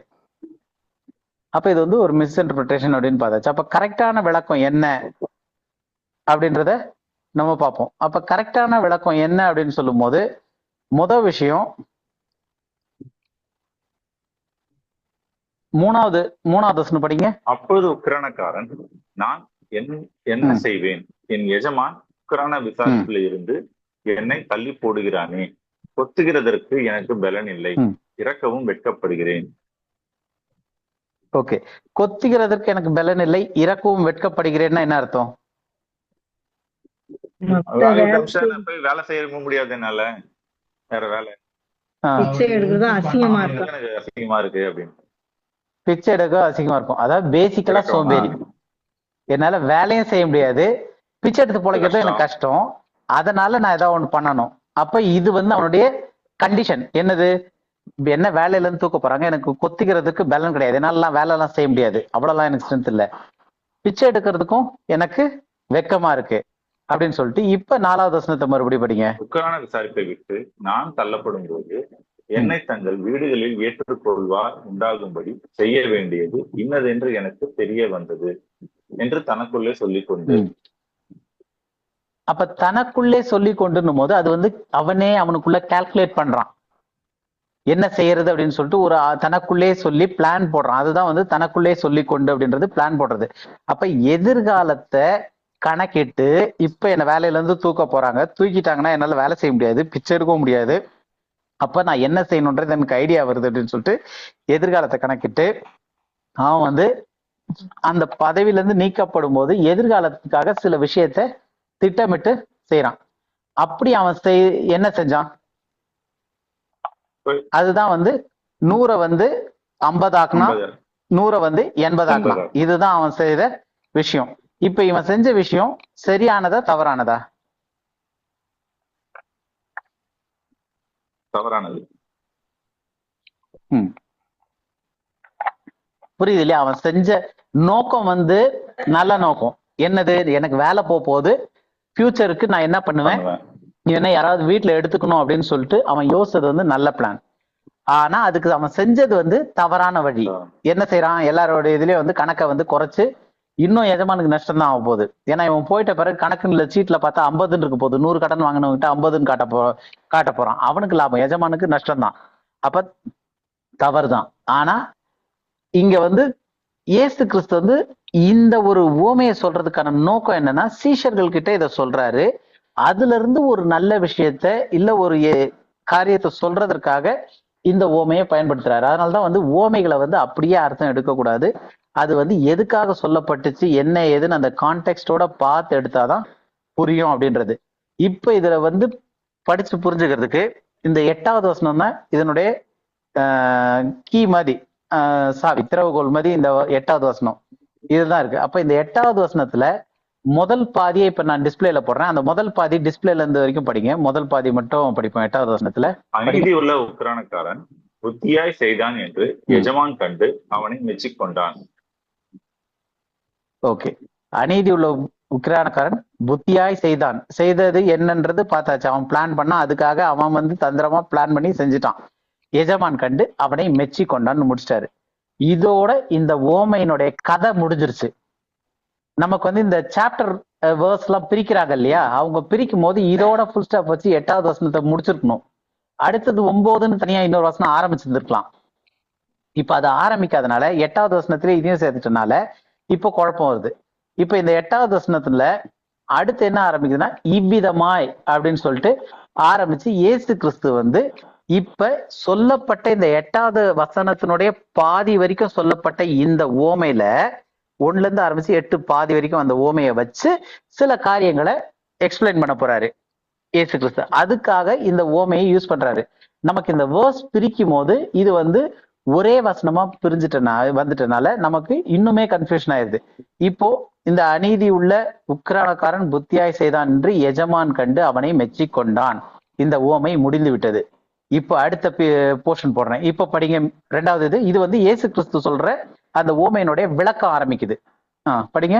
இவ்விதமாய் ஒளியின் பிள்ளைகளை பார்க்கிலும் இந்த பிரபஞ்சத்தின் பிள்ளைகள் தங்கள் சந்ததியில் அதிக புத்திமான்களாய் இருக்கிறார்கள். அப்ப இவ்வளவு நேரம் 8 பாதி வரைக்கும் மெச்சி கொண்டான் வரைக்கும் வந்தது ஓமையோட சேர்ந்தது. அடுத்தது இவ்விதமாய் அப்படின் போது இத போலவே இந்த மாதிரி அப்படின்னு சொல்லிட்டு இப்ப உதாரணம் ஆரம்பிக்கிறாரு. இந்த ஓமையில இருந்து இப்ப சீஷர்களுக்கு டைரக்டா ஒரு கதையை சொல்லிட்டு, அந்த கதைக்கு பிளஸ் அண்ட் மைனஸ் எல்லாம் இருக்கும். அது கேரக்டர்ஸ், ஸ்கிரீன் பிளே முடிஞ்சு போச்சு. மெச்சி கொண்டான். எஜமானுக்கு நஷ்டம் தான் ஆச்சு, இருந்தாலும் அவன் பண்ண வேலையை பார்த்து மெச்சிக்கிட்டான், முடிஞ்சு போச்சு அந்த கதை. அந்த மாதிரி இப்ப ஒளியின் பிள்ளைகளை பார்க்கலும், அதாவது தேவனுடைய பிள்ளைகளை பார்க்கலும் இப்பிரபஞ்சத்தின் பிள்ளைகள் தங்கள் சந்ததியில் அதிக புத்திமான்களாய் இருக்கிறார்கள் அப்படின்னு முதல் விஷயத்த சொல்றாரு. என்ன அதிகமா புத்திமான்களா இருக்கிறார்கள் அப்படின்னு சொல்லிட்டு, ஏன்னா இதுல இருந்து அந்த மெச்சி கொண்டான் அப்படின்னு சொல்லி வர்றது வந்து அந்த ஓமையோட சேர்ந்தது. அது இயேசு கிறிஸ்துவனுடைய விளக்கத்தோட சேர்ந்தது கிடையாது. புரியுது இல்லையா உங்களுக்கு டிஃபரன்ஸ்? ஒரே வசனத்துல பாதி பாதி ஆயிருச்சு. இவ்விதமாய் அப்படின்னு ஆரம்பிக்கிறதுல இருந்து தான் விளக்கம் ஆரம்பிக்குது. இதுல இருந்து நம்ம தனியா எடுத்துதான் படிச்சா கரெக்டா புரியும். அப்ப இந்த மாதிரி அப்படின்னும் போது எந்த மாதிரி ஒளியின் பிள்ளைகளை பார்க்கிலும் இப்பிரபஞ்சத்தின் பிள்ளைகள் அதிக புத்திமான்களா இருக்கிறார்கள் அப்படின்னு சொல்லிட்டு, எப்படி புத்திமான்களா இருக்கிறார்கள் அப்படின்னு சொல்லிட்டு அப்படியே கண்டினியூ பண்றாரு. இது 9வது வசனத்தோட வருது. படிங்க. சொல்லுகிறேன், நீங்கள் மாளும் போது உங்களை நித்தியமான வீடுகளிலே ஏற்றுக்கொள்வார் உண்டாகும்படி அநீதியான உலக பொருளால் உங்களுக்கு சிநேகிதரை சம்பாதியுங்கள். இப்ப எதிர்காலத்தை குறித்து அவன் வந்து புத்தியாய் திட்டமிட்டான். நமக்கு வேலை போவோம், வேலை போன பிறகு நம்ம எங்க போய் தங்கணும், நம்மளுக்கு உழைக்கவும் முடியாது, பிச்சை எடுக்கவும் முடியாது. அப்ப ஏற்கனவே கடன் பட்டு இருக்கிறாங்க இல்லையா, அவங்க கடன் எல்லாம் நம்ம குறைச்சு விட்டோம்னா அவங்க வீட்டுக்கு நம்ம போய்க்கலாம் அப்படின்னு சொல்லிட்டு அவங்களுக்கு நன்மை செய்யறதுக்காக ஏதோ ஒண்ணு பண்ணி செலவு என்னமோ பண்ணி அவன் பண்ணான். இந்த விஷயத்த புத்தியாய் செய்தான் என்று சொல்லி இப்ப சீஷர்களுக்கு வந்து உண்மையான கருத்தை சொல்ல வர்றாரு. நான் உங்களுக்கு சொல்லுகிறேன், நீங்கள் மாளும் போது எப்படி அவன் வேலையில இருந்து தூக்கப்படுவானோ அதே மாதிரி நீங்கள் மாளும் போது உங்களை நித்தியமான வீடுகளிலே, அவன் வந்து போய் சோறுக்கு எங்க வீட்டுல தங்கணும்னு பண்றதுக்கு ஒரு வேலையை செஞ்சான். அந்த மாதிரி நீங்க நித்தியமான வீட்டிலே ஏற்றுக்கொள்ளு வரும்படிக்கு அநீதியான உலக பொருட்களால் உங்களுக்கு சிநேகிதரை சம்பாதிங்கள். நீங்க காசை வச்சுக்கிட்டு சேர்த்து சேர்த்து வச்சுக்கிட்டு இருக்காதீங்க. அநீதியான உலக பொருட்களால உங்களுக்கு சிநேகிதர்களை சம்பாதிங்க. எப்படின்னா, எப்படி அவன் பண்ணான், கடன்பட்டவர்களெல்லாம் அவன் சிநேகிதனா சேர்த்து கொண்டான், அவன் சம்பாதிச்சுக்கிட்டான். அந்த கதையில வந்து அந்த கேரக்டர் பொல்லாத உக்ரானாக்காரன், அதுக்காக அவன் பண்ணது வந்து இங்க எப்படி உலக பொருட்களால சொல்றாரோ அந்த மாதிரி அவன் எஜமானுடைய பணத்தையே கட் பண்ணி அவனுக்கு ஒரு வீடை ரெடி பண்ணிக்கிட்டான். அந்த புத்தி உங்ககிட்ட இல்ல. உலக பொருட்களால, அழிந்து போற பொருட்களால அட்லீஸ்ட் அதெல்லாம் செலவு பண்ணியாச்சோ நித்திய வீட்டுல உங்களுக்கு போறதுக்கு ஏற்ற மாதிரி சிநேகிதரை சம்பாதிங்கள்ட்டு. அப்போ இது வந்து பரலோக போறதை பத்தி மெயின் இஷ்யூ கிடையாது. ஆனா உலக பொருட்களால சிநேகிதர்களை சம்பாதிங்கள். செலவு பண்ணி அவங்களுக்கு என்ன வேணுமோ செஞ்சு சிநேகிதரை சம்பாதிச்சு கொள்ளுங்க, உங்களுக்கு என்று ஆட்களை சேர்த்து கொள்ளுங்க அப்படின்ற ஒரு காரியத்தை சொல்றதுக்கு இது வராரு. அந்த உக்ரானக்காரன் வந்து அநீதியான உலக பொருட்களால அவனுடைய எதிர்காலத்துக்கு தங்கறதுக்கு தனக்கு சிநேகிதரை சம்பாதித்தான். அந்த மாதிரி நீங்களும் செய்யுங்க அப்படின்றதுதான். அப்ப இந்த ஓமையில இருந்து இயேசு கிறிஸ்து அவனுடைய காரியத்துல இருந்து நல்ல விஷயம் என்ன சொல்ல வர்றாரு. ஏன்னா ஒரு ஓமையை சொல்லிட்டாரு, ஒரு கதை முடிஞ்சு போச்சு. அந்த இந்த ஸ்கூல் டைம்ஸ்ல எல்லாம் வந்து ஒரு பேராகிராஃப் கொடுத்துருவாங்க, ஒரு கதை மாதிரி ஒரு பேராகிராஃப் கொடுத்துருவாங்க. அதுல இருந்து கீழே கேள்விகள் கேட்டு அதுல இருந்து எடுத்து எழுதுற மாதிரி இருக்கும். அந்த கதையில வந்து பிளஸ் இருக்கலாம், மைனஸ் இருக்கலாம், எல்லாமே இருக்கலாம். அத கதையை படிச்சுட்டு அதை புரிஞ்சு நம்ம அந்த கேள்விகளுக்கு என்ன தேவையோ அதுல இருந்து நம்ம எடுத்து எழுதுவோம். அந்த மாதிரி இயேசு கிறிஸ்து வந்து இந்த ஓமையில பிளஸ் இருக்கு, மைனஸ் இருக்கு, அவனுடைய கேரக்டர் வேற மாதிரி மாறுது, அவனுடைய குரூக்கடா வந்து அவன் யோசித்து பண்றான், அதை வந்து அந்த எஜமானே புத்தியா செய்தான்லாம் சொல்றாரு. இந்த கதை முடிஞ்சிருச்சு. இத வச்சுக்கிட்டு சீஷர்கள் கிட்ட தனியா அடுத்த ஒரு காரியத்தை சொல்றாரு. அப்ப இதுல ரெண்டு நல்ல கருத்தை சொல்றாரு. என்னது? ஒண்ணு வந்து ஒளியின் பிள்ளைகளை பார்க்கலும் இந்த பிரபஞ்சத்தின் பிள்ளைகள் தங்கள் சந்ததியில அதிக புத்தியா இருக்கிறாங்க. ஏன்னா அது புத்தி வந்து தப்பான விதத்துல யூஸ் பண்ணியிருக்கான், அது வேற விஷயம். ஆனா அவர் வந்து அந்த திங்கிங் ஃபியூச்சருக்கு அவன் திங்க் பண்ணி பிளான் பண்ணி உள்ள போறான். ஆனா உங்களுக்கு அந்த திங்கிங் ப்ராசஸே இல்லையே, புத்தி இல்லையே அப்படின்ற மாதிரி அந்த வித்தியாசத்தை ஃபர்ஸ்ட் காட்டுறாரு. அடுத்தது அவன் வேலையில இருந்து போற மாதிரி நீங்களும் மாளும் போது நித்திய வீட்டுல ஏற்றுக்கொள்ளும்படிக்கு அநீதியான உலக பொருட்களால உங்களுக்கு சிநேகிதரை சம்பாதியுங்கள் அப்படின்னு சொல்லிட்டு முடிச்சிட்டாரு. டைம் ஆயிடுச்சு, நம்ம கடற்கரை நான் சீக்கிரம் முடிச்சிடணும்னு நினைச்சேன், போயிட்டே இருக்கு. இன்னும் 2-3 வருஷம் பார்த்து முடிச்சிடலாம். 10 வந்துட்டோம், 13 வரைக்கும் தானே, பார்த்து முடிச்சிடலாம். 10வது வசனம் படிங்க. கொஞ்சத்திலே உண்மை உள்ளவன் அநேகத்திலும் உண்மை உள்ளவனா இருக்கிறான், கொஞ்சத்திலே அநீதி உள்ளவன் அநேகத்திலும் அநீதி உள்ளவனா இருக்கிறான். ஓகே, இந்த வசனம் புரியுதா? இயேசு கிறிஸ்து இதுல என்ன சொல்ல வராரு?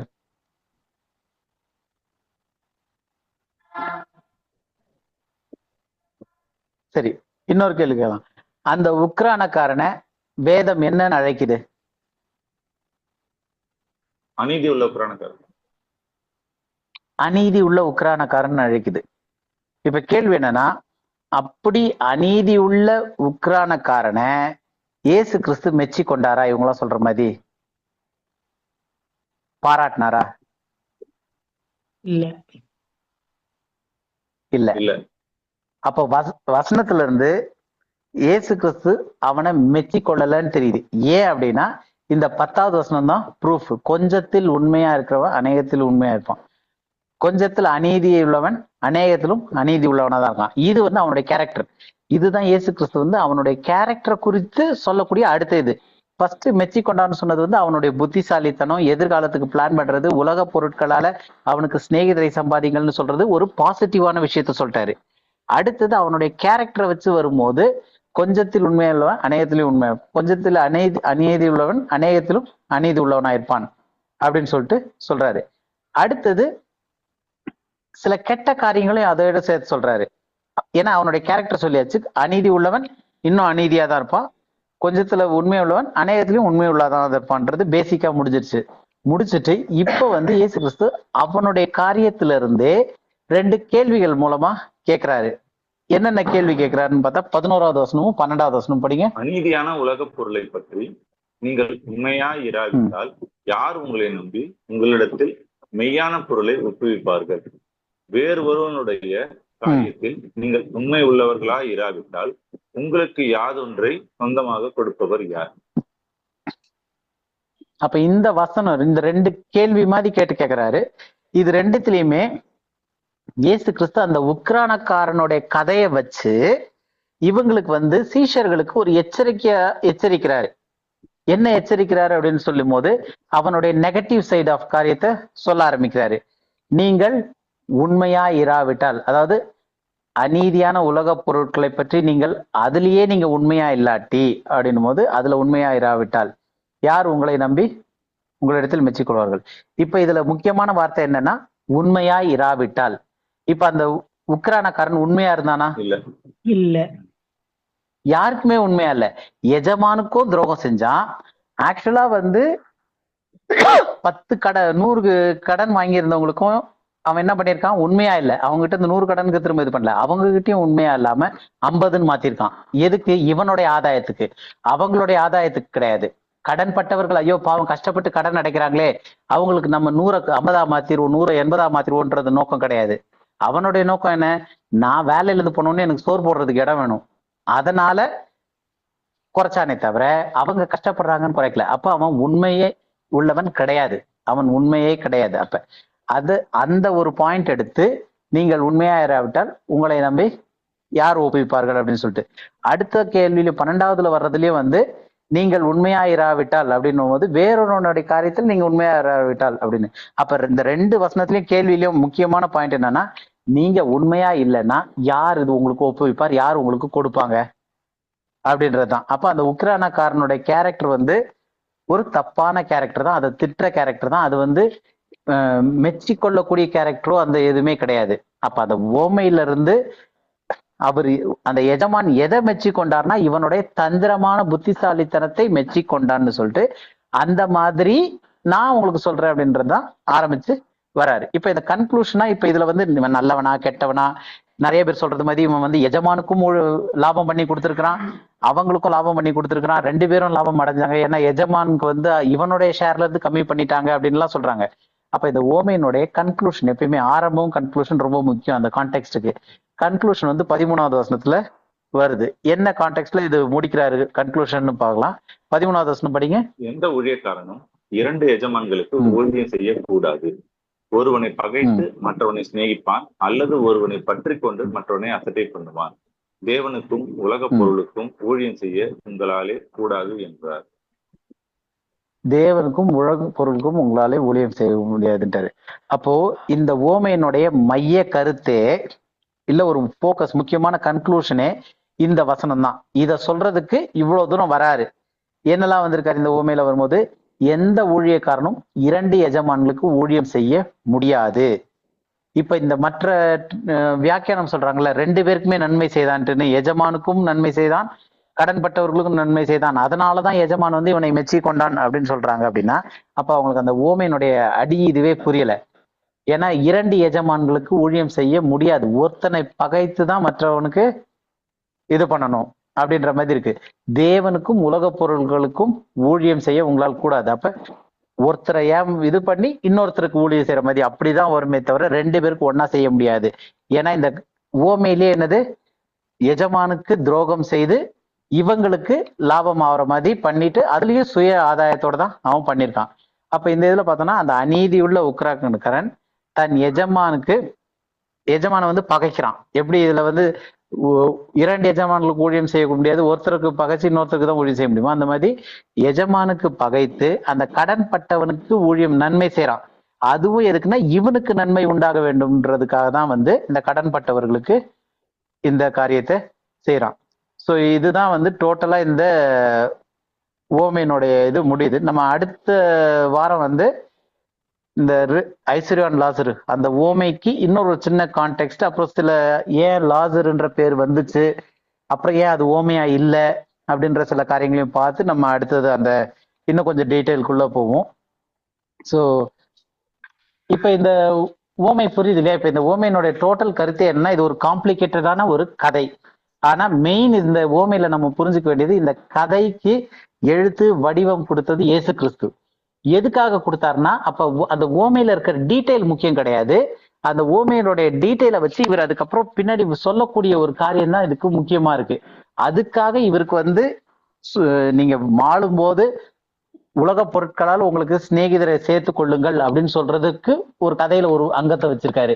அடுத்து 2 பேருக்கு நீங்க ஒன்னா ஊழியம் செய்ய முடியாது, ஒரு பணத்துக்கும் தேவனுக்கும் ஒன்னா நீங்க ஊழியம் செய்ய முடியாது அப்படின்ற சொல்றதுக்கு ஒரு எஜமான் ஒரு கேரக்டர், ஒரு கடன்பட்டவர்கள்னு ஒரு கேரக்டர், அவன் வந்து ஒருத்தருக்கு துரோகம் பண்ணி இன்னொருத்தருக்கு இது பண்ற மாதிரி ஒரு இதை உருவாக்கி இருக்கிறாரு. அப்ப அவனுடைய அந்த ஒரு கதையில இருந்தே ஒரு நல்ல காரியத்தையும் சொல்றாரு, ஒரு கெட்ட காரியத்தையும் சொல்றாரு. நம்ம பார்க்கும்போது எல்லாமே கெட்ட காரியமா தான் அவன் செஞ்சுக்கிட்டே வந்திருக்கிறான். அதுல ஒரு நல்ல விஷயம் என்ன அப்படின்னா, அவன் பிளான் பண்ணி தன்னுடைய பொருளை ஏதோ ஒண்ணு பண்ணி கொஞ்சம் ஆட்களை சம்பாதிக்கிறான், தனக்கென்று கொஞ்சம் ஆட்களை சேர்த்துக்கிறான், பிற்காலத்துல அவனுக்கு தேவைப்படுறதுக்காக. அந்த ஒரு விஷயத்த நல்லதுன்ட்டுன்னு உங்ககிட்ட கூட அப்படி கிடையாது, நீங்களும் உலக பொருட்களால உங்களுக்கு சிநேகிதரை சம்பாதிங்கள்னு சொல்லி அதை ஒரு பாசிட்டிவாகவும், அதுக்கப்புறம் வர மொத்த கேரக்டருமே அதுல நெகட்டிவா தான் இருக்கு. அப்போ இவனை வந்து மெச்சி கொண்டார் அப்படின்றது வந்து இவனை வந்து பாராட்டல. இந்த அநீதி உள்ள உக்ரானக்காரனை 2 பேருக்குமே அவன் நன்மை செய்யல, ஒருத்தருக்கு நன்மை செய்து இன்னொருத்தருக்கு துரோகம் தான் செஞ்சிருக்கிறான். அந்த பாராட்டினதுக்கும் காரணம் வந்துச்சு, துரோகத்துக்கும் காரணம் வந்துச்சு. அப்ப இது நமக்கு புரிஞ்சுக்கிறது என்னன்னா, இந்த ஓமைகளை படிக்கும் போது இந்த ஓமைகள்ல இருந்து அதுல சில ஓமைகள்ல சில பாசிட்டிவ் காரியங்களும் இருக்கும், சில நெகட்டிவ் காரியங்களும் இருக்கும். நம்ம அந்த கதையில இருந்து என்ன சொல்ல வரான்ற அந்த கருத்தை வச்சுதான் நம்ம அந்த கதைக்கான அர்த்தத்தையே கொண்டுக்க முடியுமே தவிர, மற்றபடி இப்படி ரிவர்ஸ்ல பார்த்தோம்னா ரொம்ப கன்ஃபியூஷன் வந்து வந்துடும். இது வந்து ஒரு குழப்பமான ஒரு ஓமைன்னு தான் சொல்றாங்க. வேற ஏதாவது கேள்விகள் இருக்கா? இல்லைன்னா நம்ம ப்ரேயர் பண்ணிட்டு க்ளோஸ் பண்ணலாம், 7:30 ஆயிடுச்சு. வேற ஏதாவது கேள்விகள் இருக்கா? இல்ல கிளியரா இருக்கா? சார் நான் ஒரு கொஸ்டின் கேட்டிருந்தேன் சார் வாட்ஸ்அப்ல. ஆமா கார்த்திகேயன், நான் அதை பார்த்தேன். அது வந்து சரி உங்ககிட்ட தனியா பேசலாம்னு நினைச்சேன் நானு. அது வந்து கொஞ்சம் எக்ஸ்பிளைன் பண்ணி சொல்லணும். வேணா நெக்ஸ்ட் வீக்ல நம்ம இது பண்ணும்போது அதை சேர்த்து பேசிடலாம். கார்த்திகேயன் கேட்ட கேள்வி என்ன அப்படின்னு பார்த்தோம்னா, யோவான் 12:20 யோவான் 12:20 படிங்க ஒரு நிமிஷம் ஏதாவது. பண்டிகையில் ஆராதனை செய்ய வந்தவர்களில் சில கிரேக்கர் இருந்தார்கள். இதுல அந்த கிரேக்கர் இருக்கு இல்லையா, இது யாரு அப்படின்னு சொல்லிட்டு, ஏன்னா நம்ம போன வாரம் வந்து அந்த ஹெலினிஸ்டிக் அப்படின்னு பார்க்கும்போது கிரேக்கர், கிரேக்கர் அமைந்தவர், கிரீஷியன்ஸ், கிரீக்னு வரும். இதுல வந்து இங்கிலீஷ்ல வந்து கிரீக்குன்னு தான் இருக்கு. அப்ப இவங்க யாரு அப்படின்னு கேட்டிருக்காங்க, கார்த்திகேயன் கேட்டிருந்தாங்க. ஸோ இது வந்து ஒரு லைன்ல டக்குன்னு சொல்ல முடியாது. ஏன்னா இந்த கான்டெக்ட் ஜஸ்ட் சிம்பிளா சொல்லணும் அப்படின்னா, இந்த கான்டெக்ட் எங்க இருந்து வருதுன்னு பார்த்தோம் அப்படின்னா, இயேசு கிறிஸ்து வந்து அந்த பவனியா உள்ள வராரு எருசலேமுக்குள்ள. அதுக்கு அடுத்தது சில காரியங்கள்லாம் நடக்குது. அப்போ இந்த கிரேக்கர் வந்து ஆக்சுவலா வந்து புறஜாதிகள். ஆனா இந்த புறஜாதிகள் எப்படி உள்ள வந்தாங்க அப்படின்றத நம்ம நெக்ஸ்ட் வீக் பார்க்கலாம். ஏன்னா இப்ப 7:30 ஆயிடுச்சு. 2வது இது வந்து கொஞ்சம் இன்னும் டீப்பா போகணும், இதுக்கு இன்னும் கொஞ்சம் காரியங்கள் புரிஞ்சுதான் சொல்ல முடியும் இது. அதனால நம்ம நெக்ஸ்ட் வீக் பார்த்துக்கலாம். ஏன்னா நீங்க குரூப்ல போட்டிருந்தீங்க, நான் டைப் பண்ணலாம்னு யோசித்தேன். டைப் பண்ணா ரொம்ப பெருசா போற மாதிரி இருந்துச்சு. அதனால சரி உங்களுக்கு அப்புறம் ஃபோன் பண்ணி பேசலாம் அப்படின்னு சொல்லிட்டு 2வது இன்னைக்கு மெசேஜுக்கு இது பண்ணிட்டு இருந்தனால நான் சரி முடிச்சுட்டு பண்ணலாம் அப்படின்னு யோசிச்சிருந்தேன். நெக்ஸ்ட் வீக் அப்படியே நான் இது பண்ணிட்டு அப்புறம் போகலாம், டவுட்டை கிளியர் பண்ணிட்டு. ஓகே, வேற ஏதாவது இன்னைக்கு இதுல இருந்து இருக்கா? இல்லைன்னா நம்ம ப்ரே பண்ணிட்டு க்ளோஸ் பண்ணலாம். வேற எதுவும் இல்லைன்னா சிஸ்டர் ஹேமா நீங்க ப்ரேயர் பண்றீங்களா? Okay, brother. Yeah. Thank you, Heavenly Father. Thank you, good Lord, for this day that you've given us, Lord, to come and assemble as a family towards for the Bible study, Lord God. I pray that the Bible study continue without any hindrances, Father, by your grace, and so that we may learn everything, even the minutest detail from your word, to understand how to interpret your word, Father God. Thank you for the wisdom that you've given Brother Sam and Brother Louis, and thank you for teaching us, Lord God. Help us to understand, to read the word in the way, in the right context, in the context that you want us to understand, Father God. Thank you for the word was such a blessing to all of us. May this edify each one of us and help us to study, and let this motivate us and inspire us to study your word even more and more, Father God. Pray for each and every one of them. Bless them. I thank you for Brother Sam and Louis and their families, Kanmani and Karthikeyan, Jesse and Mercy auntie and uncle, and also Vasanti sister. Thank you, Father, for every one of us. Lord, we bless thee and give you all the glory. In Jesus' name, amen. ஆமென். ஆமென். என் ஆத்மாவே கர்த்தரை கர்த்தரை ஸ்தோத்திரி. ஸ்தோத்திரி. முழு உள்ளமே அவருடைய என் முழு உள்ளமே நாமத்தை பரிசுத்த நாமத்தை ஸ்தோத்திரி. என் ஆத்துமாவே கர்த்தரை என் ஆத்மாவே கர்த்தரை ஸ்தோத்திரி. கர்த்தர் செய்த அவருடைய சகல சகல வல்லமை மறவாதே. Amen. Amen. Praise the Lord. வில்லியம்மா Praise the Lord. வந்திருக்கிறாரு.